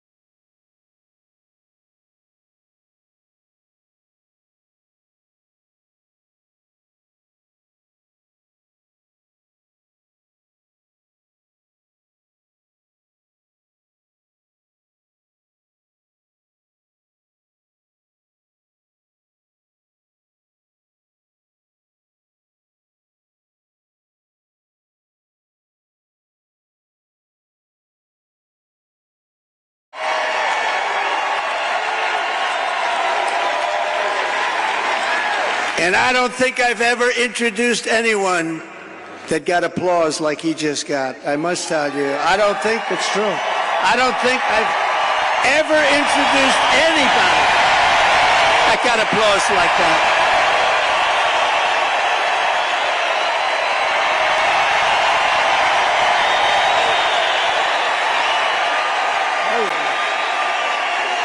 It's amazing. It's true.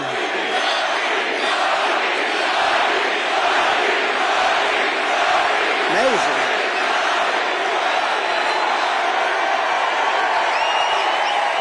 Soon after I can't even believe I have to say this, nearly assassinated in Pennsylvania last month, Bobby called me to express his best wishes.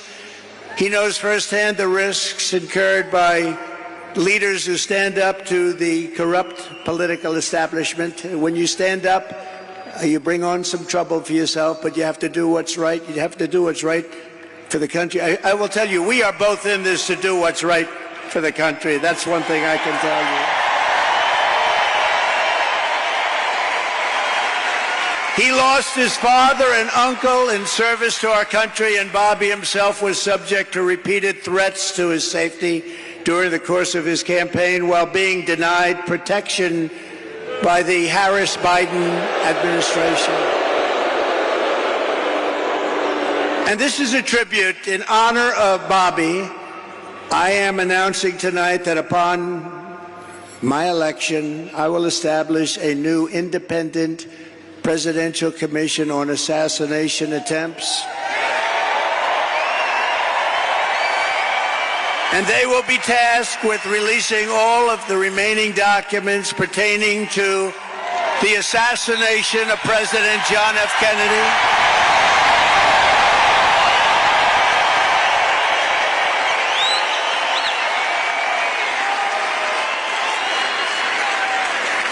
And they will also conduct a rigorous review of the attack last month. But I tell you, I have never had more people ask me, please, sir, release the documents on the Kennedy assassination. And we're going to do that. And I also want to salute Bobby's decades of work as an advocate for the health of our families and our children. Nobody's done more. Millions and millions of Americans who want clean air, clean water, and a healthy nation have concerns about toxins in our environment and pesticides in our food. That's why today I'm repeating my pledge to establish a panel of top experts working with Bobby to investigate what is causing the decades-long increase in chronic health problems and childhood diseases, including autoimmune disorders, autism, obesity, infertility, and many more. We want every child in America to grow up and to live a long and healthy life. So I just want to ask Bobby to speak for a little while. I'll stand aside. I'm going to stand aside. But I can only tell you, I've known him a long time. We've been a little bit on the opposite side of the equation. Brilliant. I still think of him as young. He's not that young. I always call him young, but he's not that young. But he is a phenomenal person, a phenomenal man who loves the people of this country as much as anybody can love the people of this country. So, Bobby, please say a few words. Thank you very much.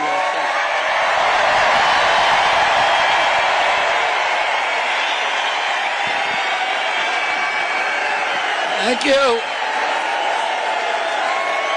Thank you, President Trump.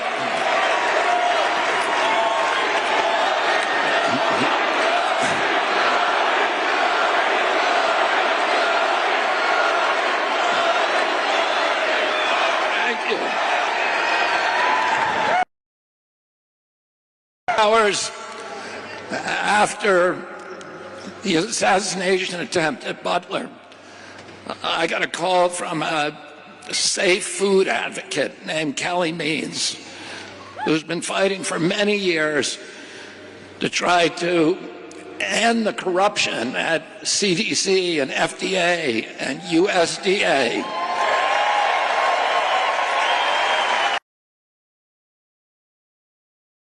These regulatory agencies are actually run by the big food processing companies, the big ag and the chemical companies that they're supposed to regulate. And he said to me that he'd been advising me for many years and on my campaign. And he told me that night that he was also advising President Trump. And he asked if I would talk to President Trump. And I said, of course. And about a few minutes later, I got a call from the president. And we talked. We had a very good talk. And then he invited me to come see him the next day, and I went to Minneapolis and saw him. We met again a couple of weeks later in Florida, and we talked about, not about the things that separate us because we don't agree on everything, but on the values and the issues that bind us together. And one of the issues that he talked about was having safe food and ending the chronic disease epidemic.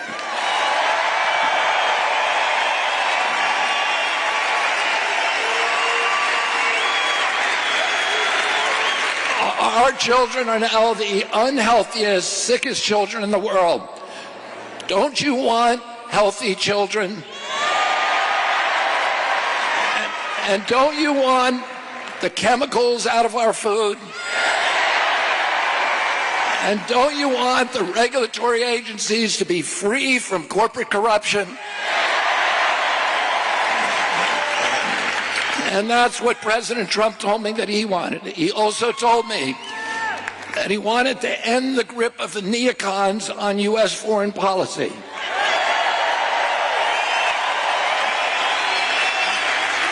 He said he didn't want any more $200 billion wars in Ukraine, that we could use that money back here in the United States.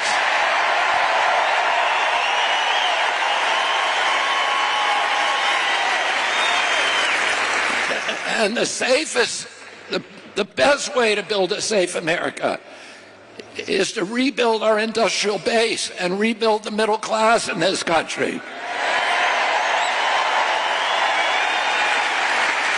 And don't you want a president who's going to get us out of the wars and who's going to rebuild the middle class in this country?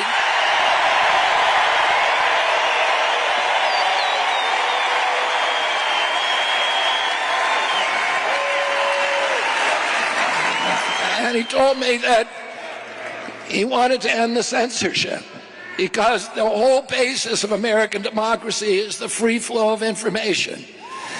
And we know that a government that can silence its opponents has license for any kind of atrocity. And can you think of any time that you can look back in history and say that the people who were censoring were the good guys? They're always the bad guys, because it's always the first step down that slippery slope to totalitarianism.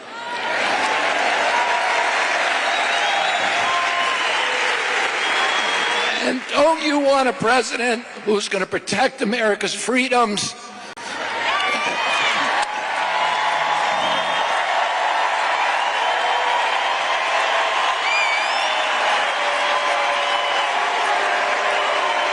And who is going to protect us against totalitarianism?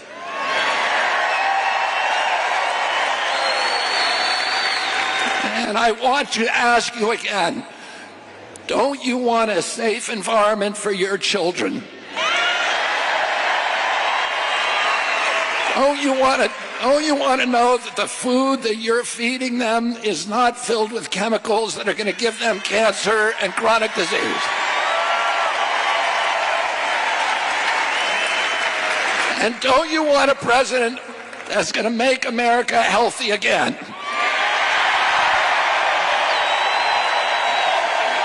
Thank you all very, very much, and God bless you, and God bless America.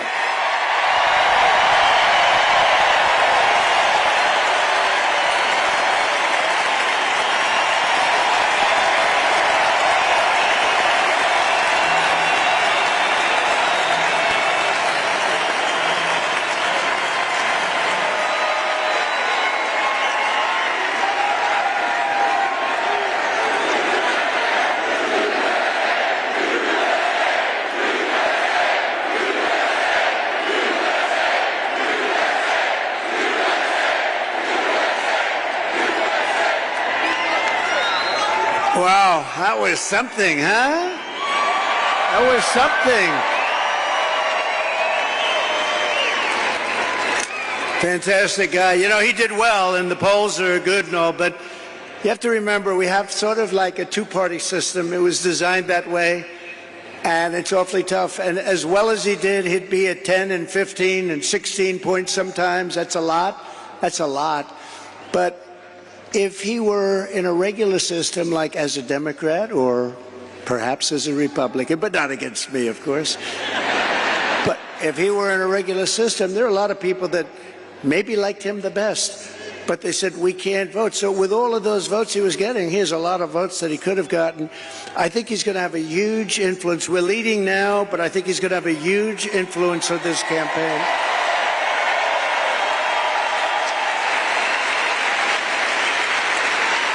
Actually, much bigger than you'd see in the polls, and those numbers are big to start off with, but Bobby and I will fight together to defeat the corrupt political establishment and return control of this country to the people. And all who supported Bobby's campaign, I very simply ask you join us in building this coalition. It's a beautiful coalition in defense of liberty and safety, prosperity and peace. It's going to be an incredible coalition, and the relationship has been so good for so long. I have no doubt it's going to work and work well. But we have to win. We have to take our country away from these people that are going to destroy our country. We won't have a country very much. We need your vote. As you all know, this week the Democrats held their convention. You probably saw it, their party. The media says the big message from their convention was that we need to turn the page from the failures of the last 4 years. Do you believe it? They forgot. They've run it for the last 4 years. She was saying last night, we will stop the abuse. We will stop the high taxes. I said that you could have done it 3.5 years ago. In fact, you could leave that nice auditorium that you're in and go to the White House right now. You want to have a strong border?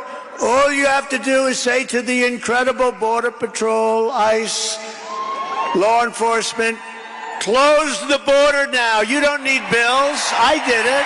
And we had the best border in history.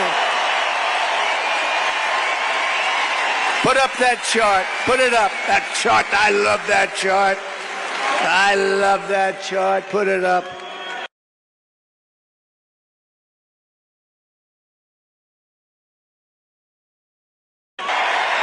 I love that chart.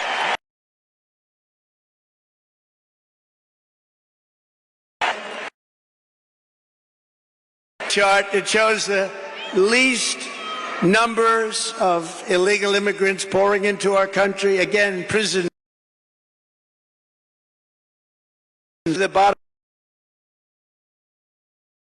That's what I'm talking about. I love you, darling. I love you. I'm going to sleep with that chart tonight, Deb. I'm going to sleep with that chart. Beautiful sight. Look at that. Look at that arrow. And then look what happens when that was my last week in office. And look what happens after I left. It's like a rocket ship. Look at that. Isn't that terrible? No vetting, no checking. We have no idea who they are. They just pour into our country by the millions and millions and millions. We need to turn the page of 4 years of calamity and failure. They have had calamity and failure. And say, Kamala, you've done a horrible job. You've been the worst vice president in the history of our country. Kamala, you're fired. You're fired. Get out.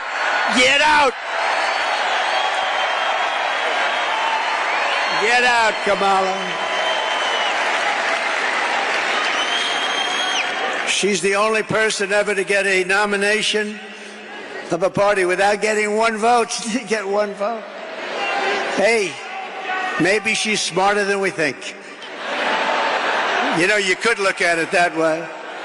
As Vice President, Kamala cast the deciding votes, causing the worst inflation in decades, costing the typical American household $28,000. Think of this, higher prices.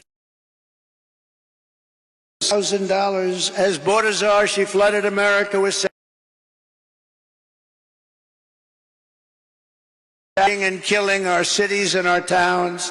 3 years ago this week, she was the final vote on the catastrophic Afghanistan withdrawal. And we were withdrawing, but we were going to withdraw with dignity, with grace, and with strength. We would have been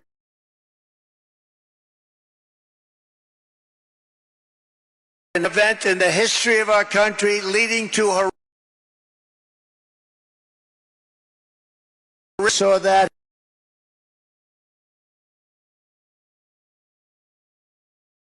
he States is run by incompetent people. The United States is no longer respected. It's no longer strong. That's what they said. A lot of these things that you're seeing now wouldn't have happened except for the horrible, horrible event of Afghanistan. You know, I was dealing with the leader of Afghanistan, Abdul, and I said, Abdul, you can't kill our people. He was killing our people. I had a strong talk with him. I'm not going to get into it exactly. We went 18 months without one soldier or shot at.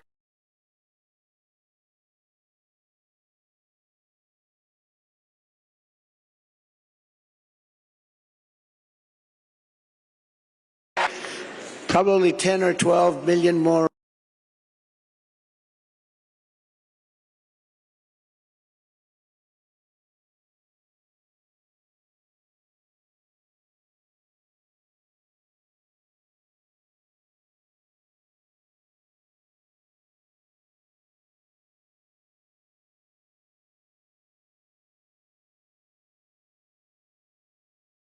Russia.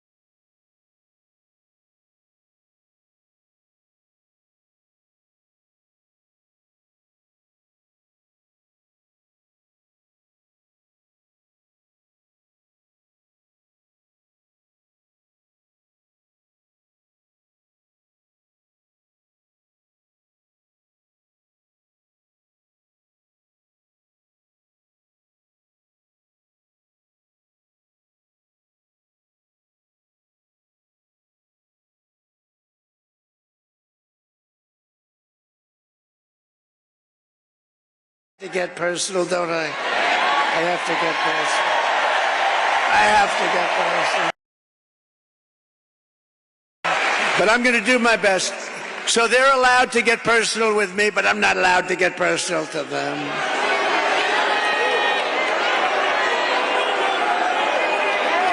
They call me names that are so bad.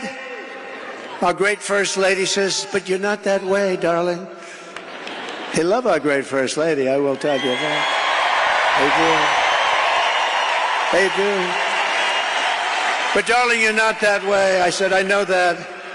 And if I say something just slightly out of order, like, she didn't do a very good job last night, please never, ever mention look or anything like that. If you ever say, she didn't look really great, that's the end of your political career, so I wouldn't say a thing like that. How about her opening where she said, thank you, thank you, thank you, thank you, thank you, thank you, thank you, thank you, thank you. I said, what the hell is wrong with her, Deb? Debbie Lesko, she's a winner. Is that Sheriff Joe? Oh.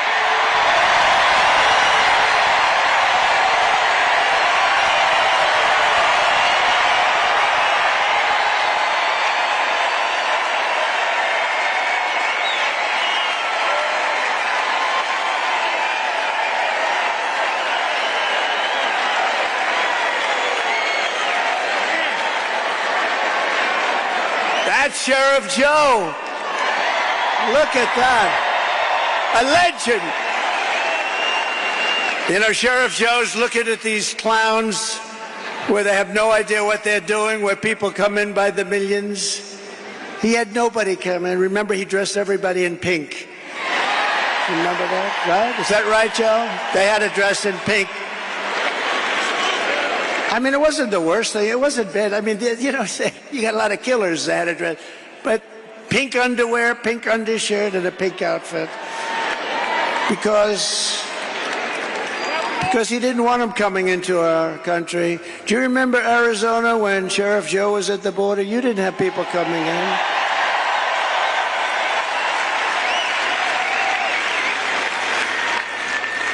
I think for the 1 year he had one person come in, but they got him. Now we have 3 million people coming in through your border. Your border. Oh, through the whole thing, it's ridiculous. It's not. Joe, it's an honor, and I'll tell you, people didn't treat you right. You are a legend, and you did a job like nobody else. True.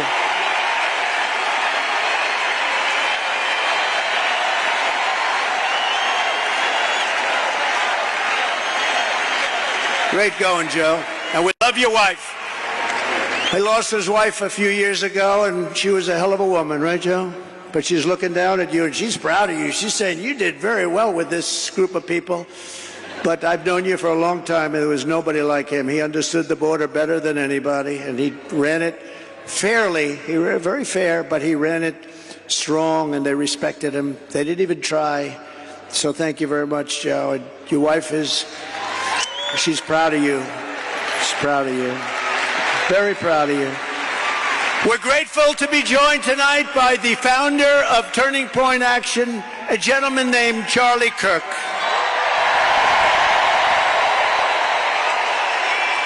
Thank you, Charlie. What a job he does. I said, Charlie, do me a favor. We got this thing won, but do me a favor, make sure they don't cheat. The only way they can do anything is if they cheat like hell, and we've been victims of that. Make sure they don't cheat, Charlie. We don't need the votes. We just want to make sure that they don't cheat. Hello, Sheriff. How are we doing? How are you guys doing? Good. Thank you. We need every sheriff to get over there, every law enforcement official, because we got the votes. We got to make sure everything's on the up and up. Charlie and his team of people, I mean, he's got hundreds of thousands of young, discriminatory. Charlie, have you ever been sued by old people for not accepting them? He's got the youngest looking group of people, and they're warriors. They're unbelievable. The job Charlie has done.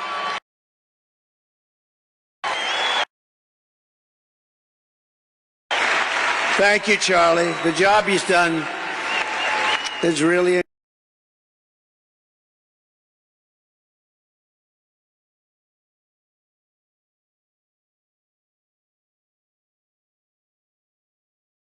the whole country, and she's going to make sure everything's on the up and up.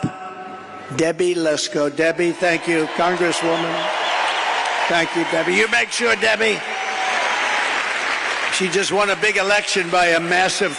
Well, you won that election easy, didn't you? She won it pretty easy. Another person who's a friend of mine, he's a warrior for a long time. He's great. He loves his state. He loves our country. Andy Biggs, Congressman Andy Biggs. Thank you, Andy. Thank you.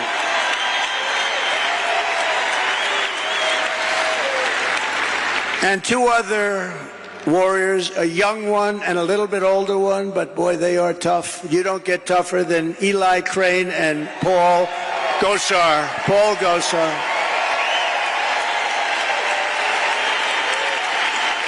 Great. Thank you, Eli. Great.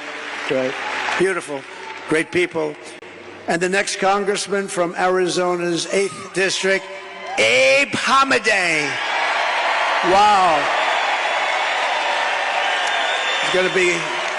He's going to be good for a long time. He's a young gentleman. Great, Abe. Great job. Great job. Great heart. He went through a tough one.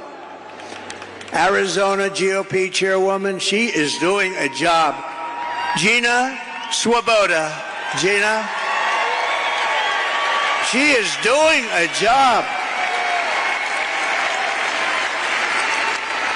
And a very good friend of mine, the next senator from Arizona, I really believe this. Look, She's running against, we don't have to do a big, I was going to bring her up. I was going to say, come on, Carrie, speak. But she just spoke for a half an hour. What the hell am I going to do here? But I will tell you, she's running against a guy who's a rubber stamp for, it used to be Biden. Now, who the hell knows? I don't even know. Do we know who it is? Who a rubber stamp for somebody. But Ruben Gallejo is horrible. He's an open borders maniac. He's a defund the police maniac.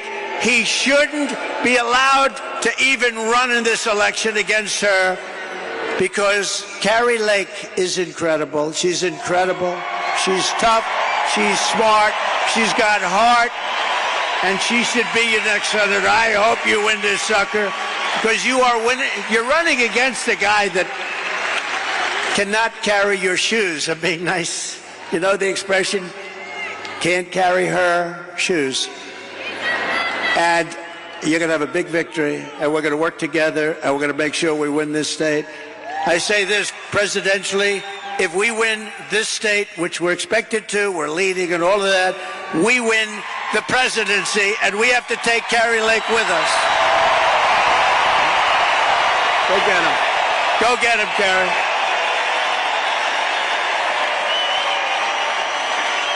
Go get him, Carrie.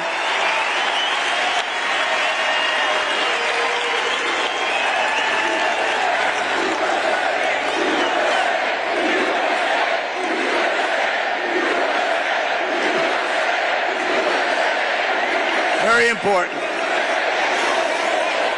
And honestly, and forget, we all know Carrie. She's been a newscaster for 22 years. Everybody knows her. She's just she's never had a problem. She's solid as a rock. This guy is a frickin' loser. He's a loser. So with that, we'll go on. But good luck, Carrie. We love you. Special.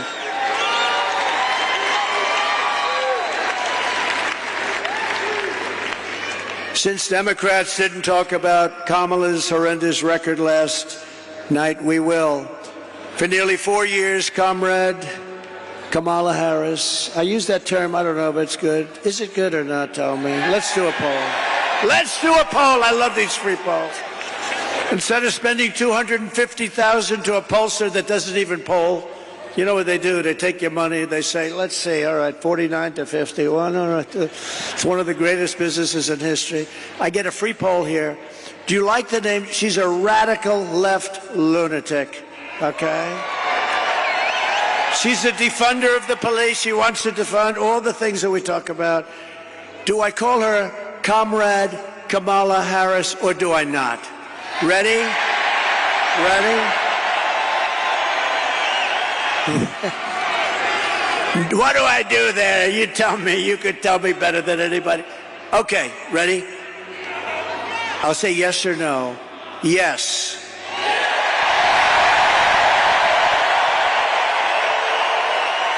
No.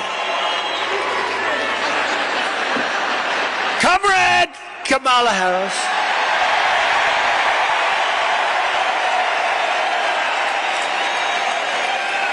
Has overseen a nation-wrecking border invasion. This is a nation-wrecking. It's an invasion. You know, one of the ways I built hundreds of miles of wall. I was there yesterday. I looked up and down. I said, man, I built a lot of wall. And we could have put up 200 miles more, but they didn't want to do it. And that's when I said, you know, I think they really want open borders. But we built much more wall than I said I was going to build. And you couldn't see the end of it yesterday. You couldn't see the end. We had a news conference, but it's a dangerous area.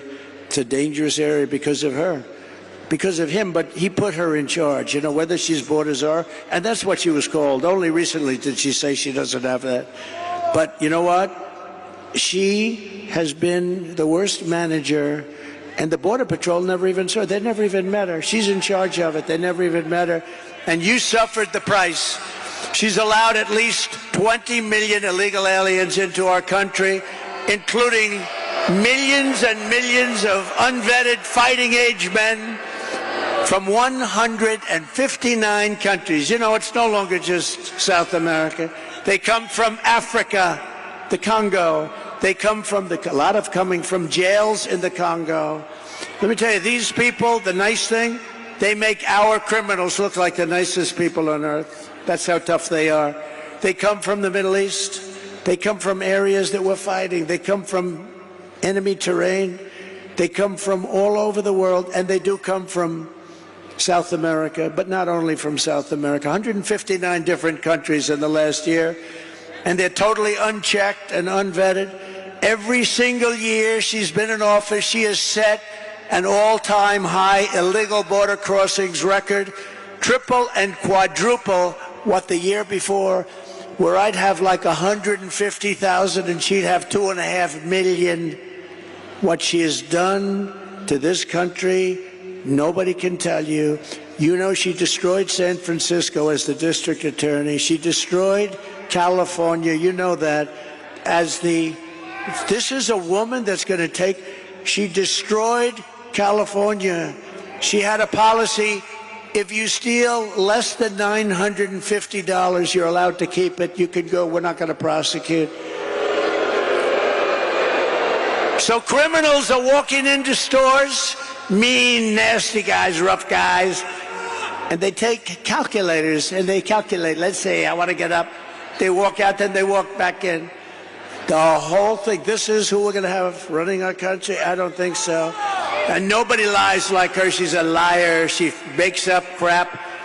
She's the one going to raise. You know, she said Donald Trump is going to raise. You know why? She said I was going to raise it. Because I'm going to put tariffs on other countries coming into our country, and that has nothing to do with taxes to us. That's a tax on another country. And I did it with China, and we had no inflation. You know, I had no inflation. I took in hundreds of billions of dollars from China, and not one other president took in 10 cents. They were all, oh, China, we're afraid of China. We're afraid of China. According to a new DHS report, Kamala Harris also lost, and this is impossible to believe. Listen to this. 325,000 migrant children are gone. They're missing. She allowed them to be trafficked into our country. Many of these children are now in sex slavery or they're dead, probably mostly dead. They will never see their homes or their parents again. They were swiped out of their homes. They were taken out of their homes. 300, this is a government number, 325,000 children.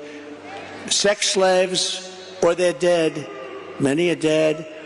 Hamas has so little respect for Kamala and Joe Biden, crooked Joe Biden, that the hostages that they're talking about all the time, I believe they're largely gone. I believe they're largely gone. So sad. When you look at what happened, when you look at that attack on October 7th, I believe they're gone. And the reason they're not negotiating, you know, it says Hamas has decided not to negotiate because what they want back are the hostages. And I think those hostages, for the most part, aren't around anymore. And so they said, oh boy, we can't really negotiate because we don't have the hostages. The hostages are largely gone. How sad, how terribly sad. If they feared and respected Joe Biden and Kamala, they would never have killed those hostages. They would have never attacked. They would never have attacked when I was president. Iran was broke. Iran was broke. I told China, if you spend any money on buying oil from Iran, you'll never do business in the United States again, and we're going to put a 200% tariff on you. And Iran was broke, and they had no money for Hamas, and they had no money for Hezbollah. You can check your numbers. Look at it. When my last year, they had no money. We had no terrorism. You know, for 4 years, I didn't have any terrorism. Do you notice that? None. And when they asked Viktor Orban, the prime minister of Hungary, very strong guy, what is the reason that things are so bad now? The Middle East is blowing up. Russia's blowing up with Ukraine. There's wars starting all over the place. Looks like bad things could happen in Taiwan with China. What's the reason? He says, You got to get Donald Trump back as president. You won't have any problems. That's what he said. It's true. It's true. They respected your country. They respected your leader, but they respected our country. Now they laugh at our country. Our country has become a joke. She's provided deportation immunity to the vast majority of criminal aliens living inside the United States and is importing MS-13 gang members, known as the most violent gang of them all, into our cities and into our high school. Think of it, they're coming into our high schools. Kamala has set loose thousands of Venezuelan gang members who, according to law enforcement bulletins, have been given a license to shoot American police officers. You know that, right? Under Harris, ICE deportations are at the lowest level in history, the history of our country. She supports deadly sanctuary cities. Now, of course, she's flip-flopping on everything. You do know that, right? You know that, Joe? She's flip-flopping on everything. Debbie, right? She's a flip-flopper. Andy, she's a flip-flopper. She flip-flops on everything. Because she was polled, she said she didn't do too well. That's probably why she was the first out of 22 people. I can't get over it. She was the first failure.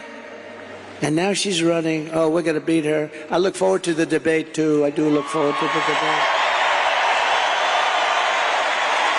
Look forward to it. She called for abolishing ICE. These are great patriots who are tough as hell. You need tough people. She's compared ICE agents to the KKK. She wants to repeal the federal law that makes illegal immigration a crime, making illegal immigration totally legal. It's okay to come into our country. She wants to release all of the thousands of criminal illegal aliens that are locked up in detention centers, and these are the toughest of them all. She wants to release them into our country. We have detention centers for the toughest of them all. She says, we're going to release them. Now, maybe they'll ask her tonight, oh, no, I would never do that. She might change. She's changing and everything. But don't forget, if the election ever went haywire, if they can find a way to cheat enough and she wins, in quote, she wins, she's going to do everything that you wouldn't dream of, including no fracking. She didn't discuss fracking last night. No fracking in Pennsylvania. I can't imagine she could do well in Pennsylvania. 500,000 jobs are involved with fracking, and a huge amount of their budget, everything's involved with fracking, and she's against it. In her speech last night, she lied about almost everything. She lied when she said, I was going to raise taxes. No, I'm lowering taxes. She's the one. She lied and said that, oh, this is the best. I'm going to be the one, and I was already there. I didn't touch your Social Security, and a lot of Democrats wanted me to. She lied when she said that I want to cut Social Security and Medicare. No, she wants to cut it because she wants to have the illegal immigrants coming into our country to go on Social Security and Medicare, which will destroy Social Security and Medicare. It's Kamala Harris who cast a tie-breaking vote to cut Medicare by $266 billion. She cut your Medicare, remember this, by $266 billion, and then promised mass amnesty last night to 20 million illegal aliens and make them American citizens, which will absolutely obliterate your Social Security and your Medicare, ultimately leaving those programs bankrupt and our seniors desperate and poor. And remember, when you talk about all of those hundreds of billions of dollars, you know what she's putting that money into? The Green New Scam. She took it out of your Medicare. She's putting it into one of the greatest ever, one of the great voices of sport. Stand up. Let's see if anybody knows who the hell you are. Good job. He's a good man. He's done a good job. But she took it out and she wants to put it in. She put it into the Green New Scam. She said the border was safe under her direction. You know, They're the party of disinformation and misinformation. They'll say something 100 times. The border was safe. Did you see last night? The border's safe. The first time she said that was about 2 months ago, and she went like this. The border was safe. She started choking. It's horrible. They are the misinformation, disinformation. They lie. They keep saying the same untruth over and over again. And you know, you're not like in my business. You're not in this political business like these people. You're in other things. You're lawyers and you're carpenters and you're electricians and you're drivers and you're doing a lot of things. By the way, no tax on tips. Remember that? No tax on tips. No tax on tips. She tried that one, and yet in Congress right now they have bills to destroy people that don't. Do you see what's going on? It'll never happen with her. It's guaranteed to happen with me. No tax on tips. But actually, it's the most dangerous and unsafe border anywhere in the world. There's never been a border like it. No country ever. If a country had a border like that, they would fight with sticks and stones if they had to keep the people out.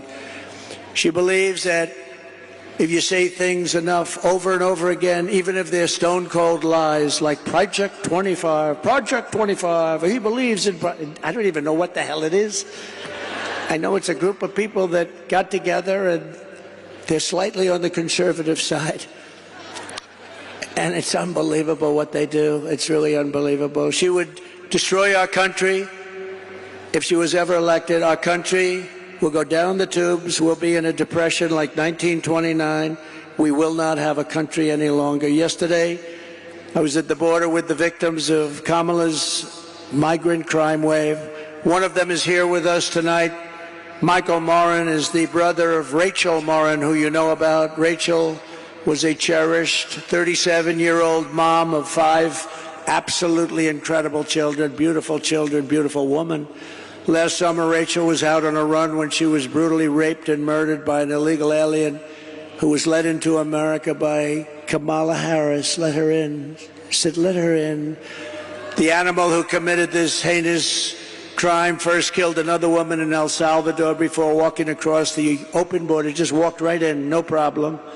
He then attacked a 9-year-old girl and her mother in a home invasion in Los Angeles before murdering Rachel in cold blood. Michael, I promise you, in Rachel's memory, we will stop this invasion and we will keep these savage criminals the hell out of our country. Thank you, Michael. Please. Thank you. So sorry, Michael. So sorry. Say hello to your parents and everybody, okay? Thank you. So horrible. We are so sorry, Michael. Thank you for being here. According to her own administration statistics on crime victims, Kamala Harris has presided over a 43% increase in violent crime. These are government numbers, by the way, including 58% increase in rape, 89% increase in aggravated assault, and 56% increase in robbery. During the riots of 2020, she encouraged her followers to donate to bail criminals, looters, and arsonists and killers. People died, including Sean Michael Tillman, a dangerous repeat offender who went on to shoot and kill a Minnesota man 6 times in the head. He shot him 6 times in the head and torso. And Kamala let him out, let him go. While Kamala Harris was DA of Sanctuary City, San Francisco, 20 years ago, maybe the greatest city in the world. Today it's unlivable. She ignored the pleas of victims' family. Please, please let us do, please don't do this to us. And refused to seek the death penalty against an illegal alien MS-13 gang member, one of the worst murderers they've seen in years, who murdered an innocent man and his 2 sons and didn't even remember he did it.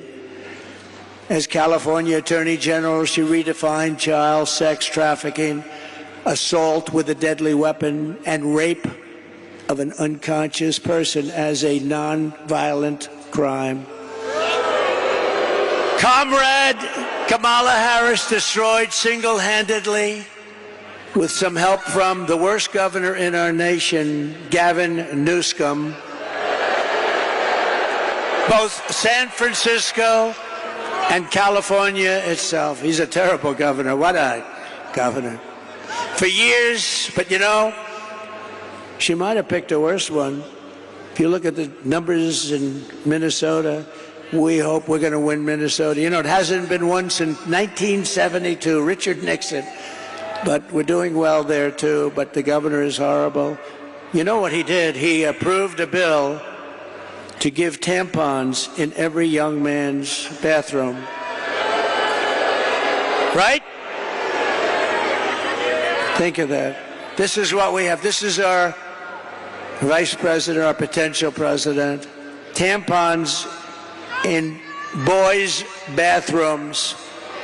For years, Kamala Harris has pushed legislation to strip police officers of protection, trying to bankrupt them and ruin their lives for doing their jobs. No protection, no immunity, no nothing.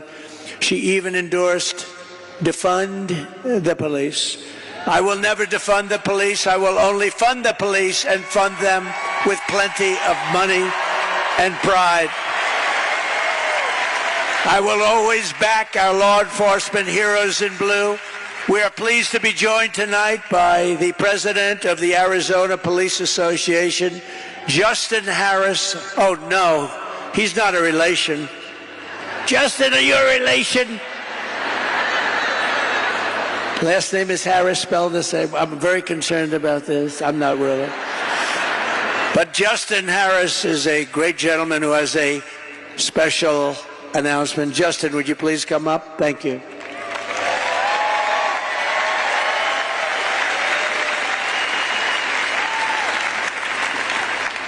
It's an interest. I'm not worried about it. Thank you, great. Thank you, great, sir. Thank you. Thank you. Thank you, sir. Well, good evening, everyone. I'm a little concerned about that illegal immigration chart you put up there. Yeah. Was that a spike in immigration or the inflation? Sort of both. Kind of both, right? Wonderful job those Democrats are doing. My name is Justin Harris. I'm a veteran police sergeant here in Arizona with 25 years of experience in service.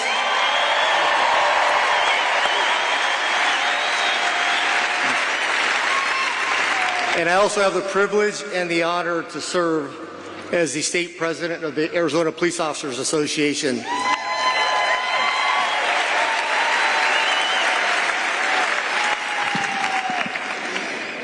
The Arizona Police Officers Association is the largest law enforcement association in the state of Arizona, and we represent over 12,000 law enforcement professionals, the men and women that currently serve in our communities each and every day at the local, county, state, and federal law enforcement levels.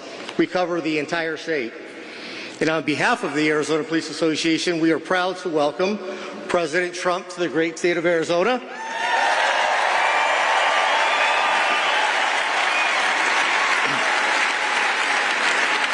And to the wonderful city of Glendale, home of Luke Air Force Base. Folks, these men and women in Luke fly those beautiful F-16 Fighting Falcons of the 309th Fighter Squadron and those beautiful, beautiful F-35 Lightnings. Nothing like hearing those jets flying overhead, which that's the sound of freedom and American ingenuity.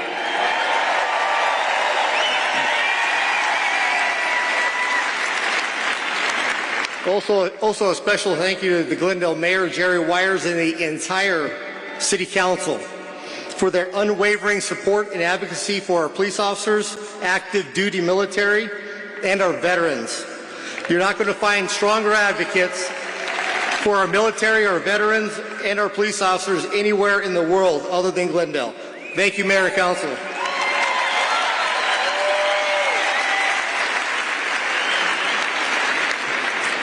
Also, I wanted to give a special thanks to the men and women of the Glendale Police Department, the best and most professional police department in the country. Okay,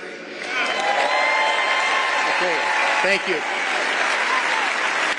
With a special thanks to Police Chief Chris Briggs and the other 8 West Valley Coalition departments, that allowed us to use their law enforcement officers here today to keep us all safe. Thank you, gentlemen and women.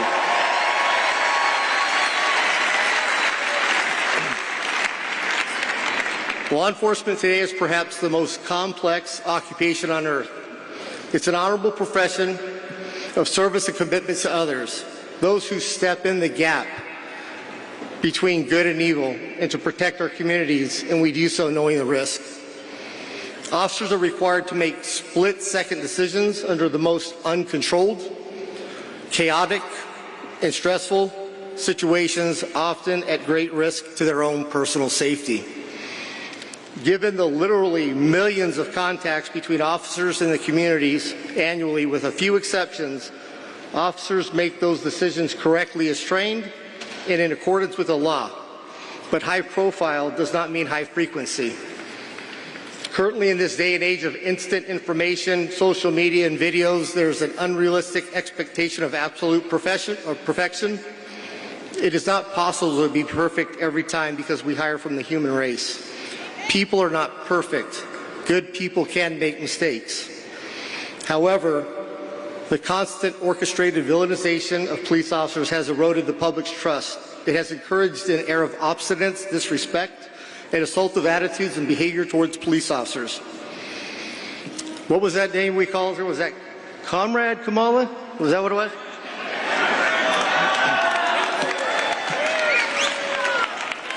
Kamala, Comrade. Well, what we do know is she supported defunding the police, and the best term is they wanted to reimagine policing. I don't know what that means. She is part of the radicalized movement to degrade public safety and make our communities less safe. In contrast, under President Trump's first term in office, he always had our backs. Thank you for that. Thank you.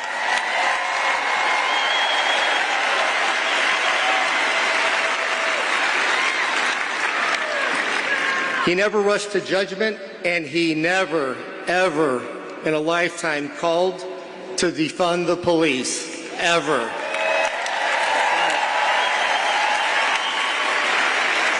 And we owe him a debt of gratitude for that. Let's also forget, when President Donald Trump was president, he closed the borders and locked the door.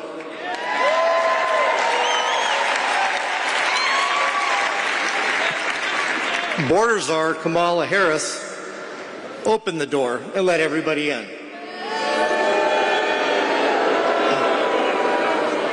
Border czar Kamala Harris is allowing millions of illegal immigrants into this country, turning each and every state into a border state and flooding American streets with drugs and crime.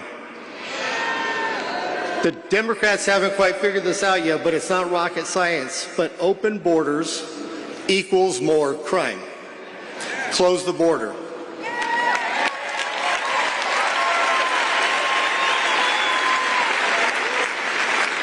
And my gut tells me that there's a gentleman standing up here on stage today that's going to do exactly that.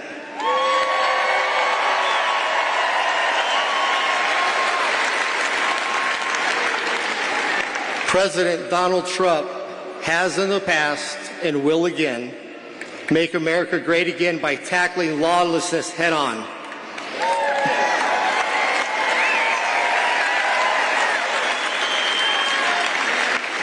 Ceasing the endless flow of illegal immigrants across our southern border and ensuring that police departments across the country have the funding, the training, and equipment necessary to do our jobs. And he's not going to reimagine us doing that.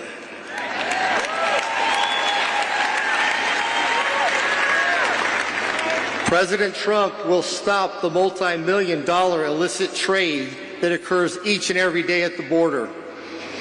Thanks to Comrade Kamala, with these open borders, the only group that she's enriched is the Mexican cartels, which have expanded over 160 countries across the world. They've done this by using human beings and human trafficking and treating them like dogs. The flow of illegal drugs in this country is unmatched in history. And they also have illegal vaping devices that are harmful.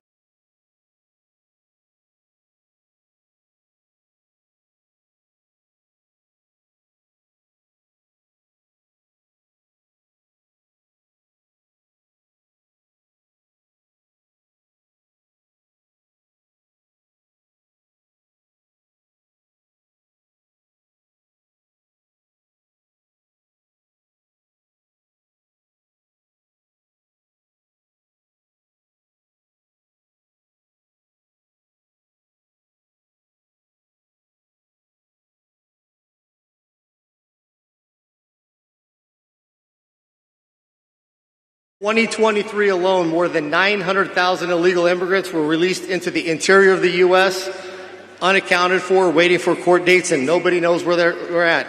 That's the entire city of Mesa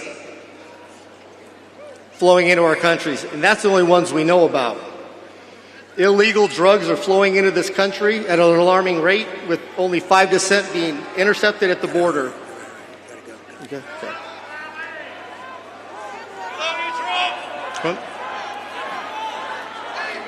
You got it. Folks, let me finish up here, please. This country, our family, our communities, and everything that each of us holds dear and near to our hearts cannot endure another 4 years of a clueless president that cares more about the color of our curtains than the safety and prosperity of our great country and its people. It is clear who supports law enforcement, law and order, and that's President Trump. His unwavering shown commitment to the rule of law of the men and women to place their lives on the line every day. So if you support national security and want to secure our borders, vote Trump.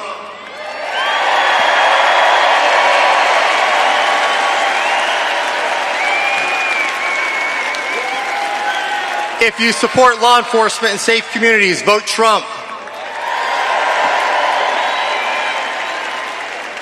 If you support getting our country back on track and making America great again, vote Donald J. Trump for president.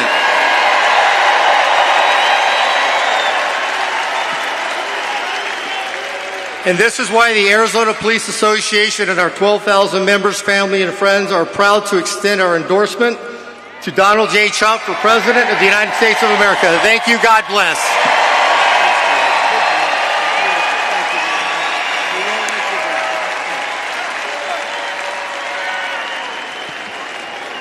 Thank you very much. Wow, that's a great endorsement. It means a lot. So just in closing, I want to say that from the moment we take back the White House from Kamala Harris and crooked Joe Biden, crooked is a $4 bill, used to say $3 bill, now we say $4 bill. I believe we're going to have the 4 greatest years in the history of our country.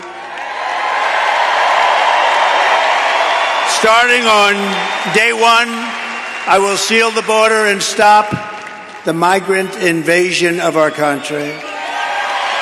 We will carry out the largest deportation operation in American history, larger even than President Dwight D. Eisenhower in the 1950s, who was a big believer in borders.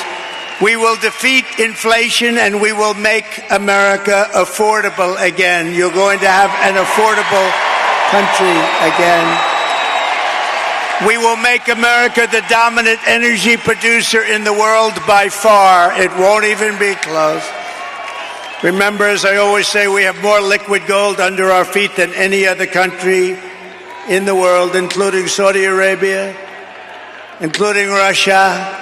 And we will use it to reduce taxes and energy costs for our people.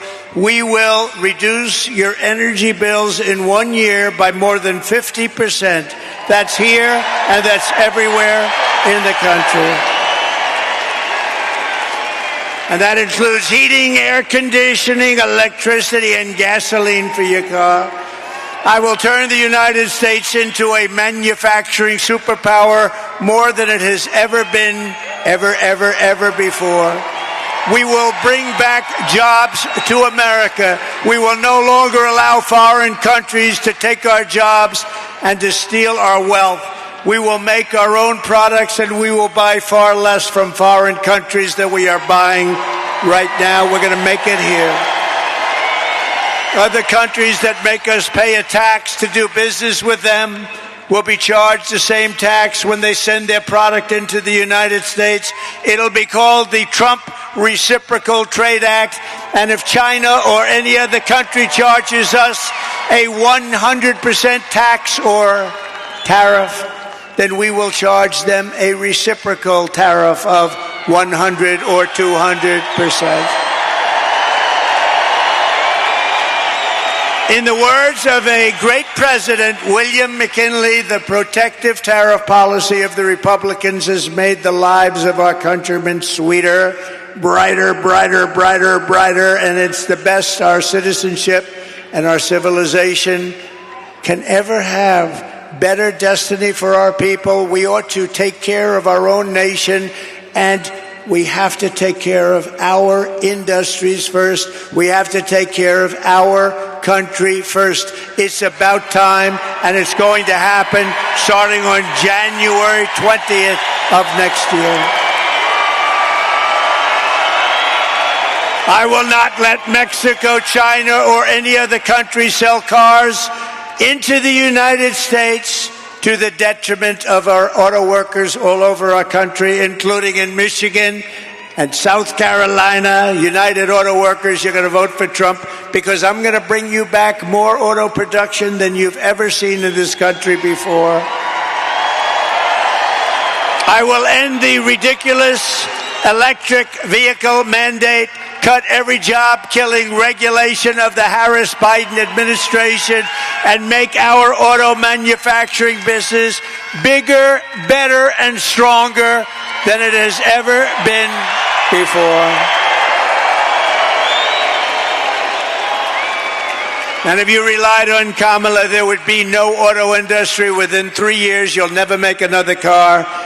When I am back in the White House, we will pass large tax cuts for our workers, and there will be, as I said, no tax on tips. And that means if you're a restaurant worker, a bartender, hospitality worker, caddy, barber, mover, driver, or anyone else who relies on tip income, your tips will be 100% yours to keep. You will no longer be harassed by your government. And I will fight for and protect your Social Security and your Medicare with no cuts and no changes in age. We're not going to move it up. They want to move it up 5 years. We're not doing it. Darling, when do we get our Social Security? Well, they just moved it up 5 years. You're not going to happen with me. It's going to happen with them. They're going to destroy your Social Security. And we will have no tax on Social Security benefits for seniors.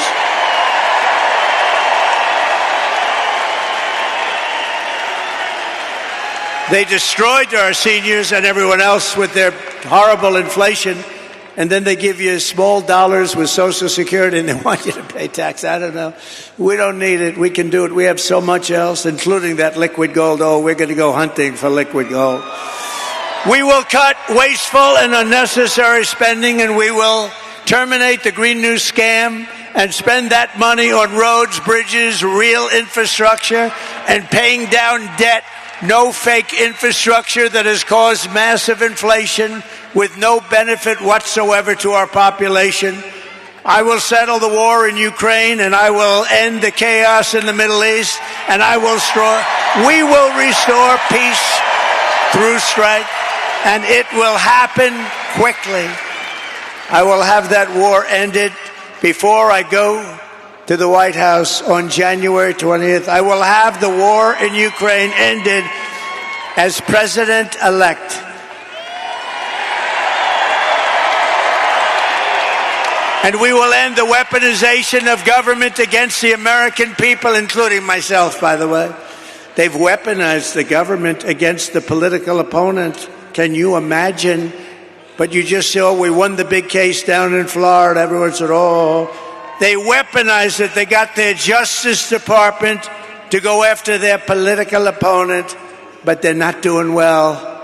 I'm the only one that ever happened to where my numbers went up. What do you think about that, Mr. Congressman? I don't think it's ever happened. They go after me and my numbers go up. Somebody's got to explain this. We will rebuild our cities, including Washington, D.C., making them safe, clean, and beautiful once again. And we will keep the U.S. dollar as the world's reserve currency because right now it is under siege. And this is how we will end the era of inflation, mayhem, and misery under Kamala and Crooked Joe, and unleash safety, prosperity, peace for Americans of every race, religion, color, and creed. Together we will deliver low taxes, low regulations, low energy costs, low interest costs, low inflation. And that's for everyone. We're talking about everyone. We want to make sure everyone can afford groceries, a car, and a home. We will stop the invasion, end migrant crime, support our great police, strengthen our military, build a missile defense shield around our country, keep critical race theory and transgender insanity out of our schools, and we will keep men out of women's sports.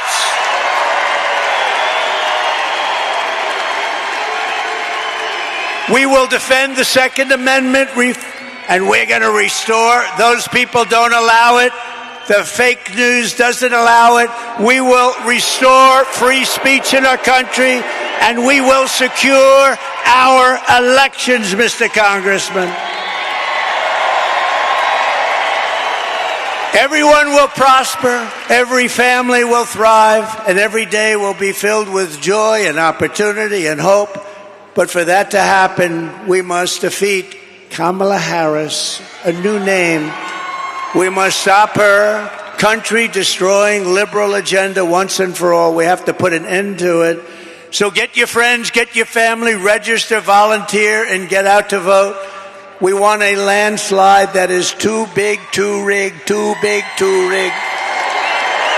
Right? Right, Deb?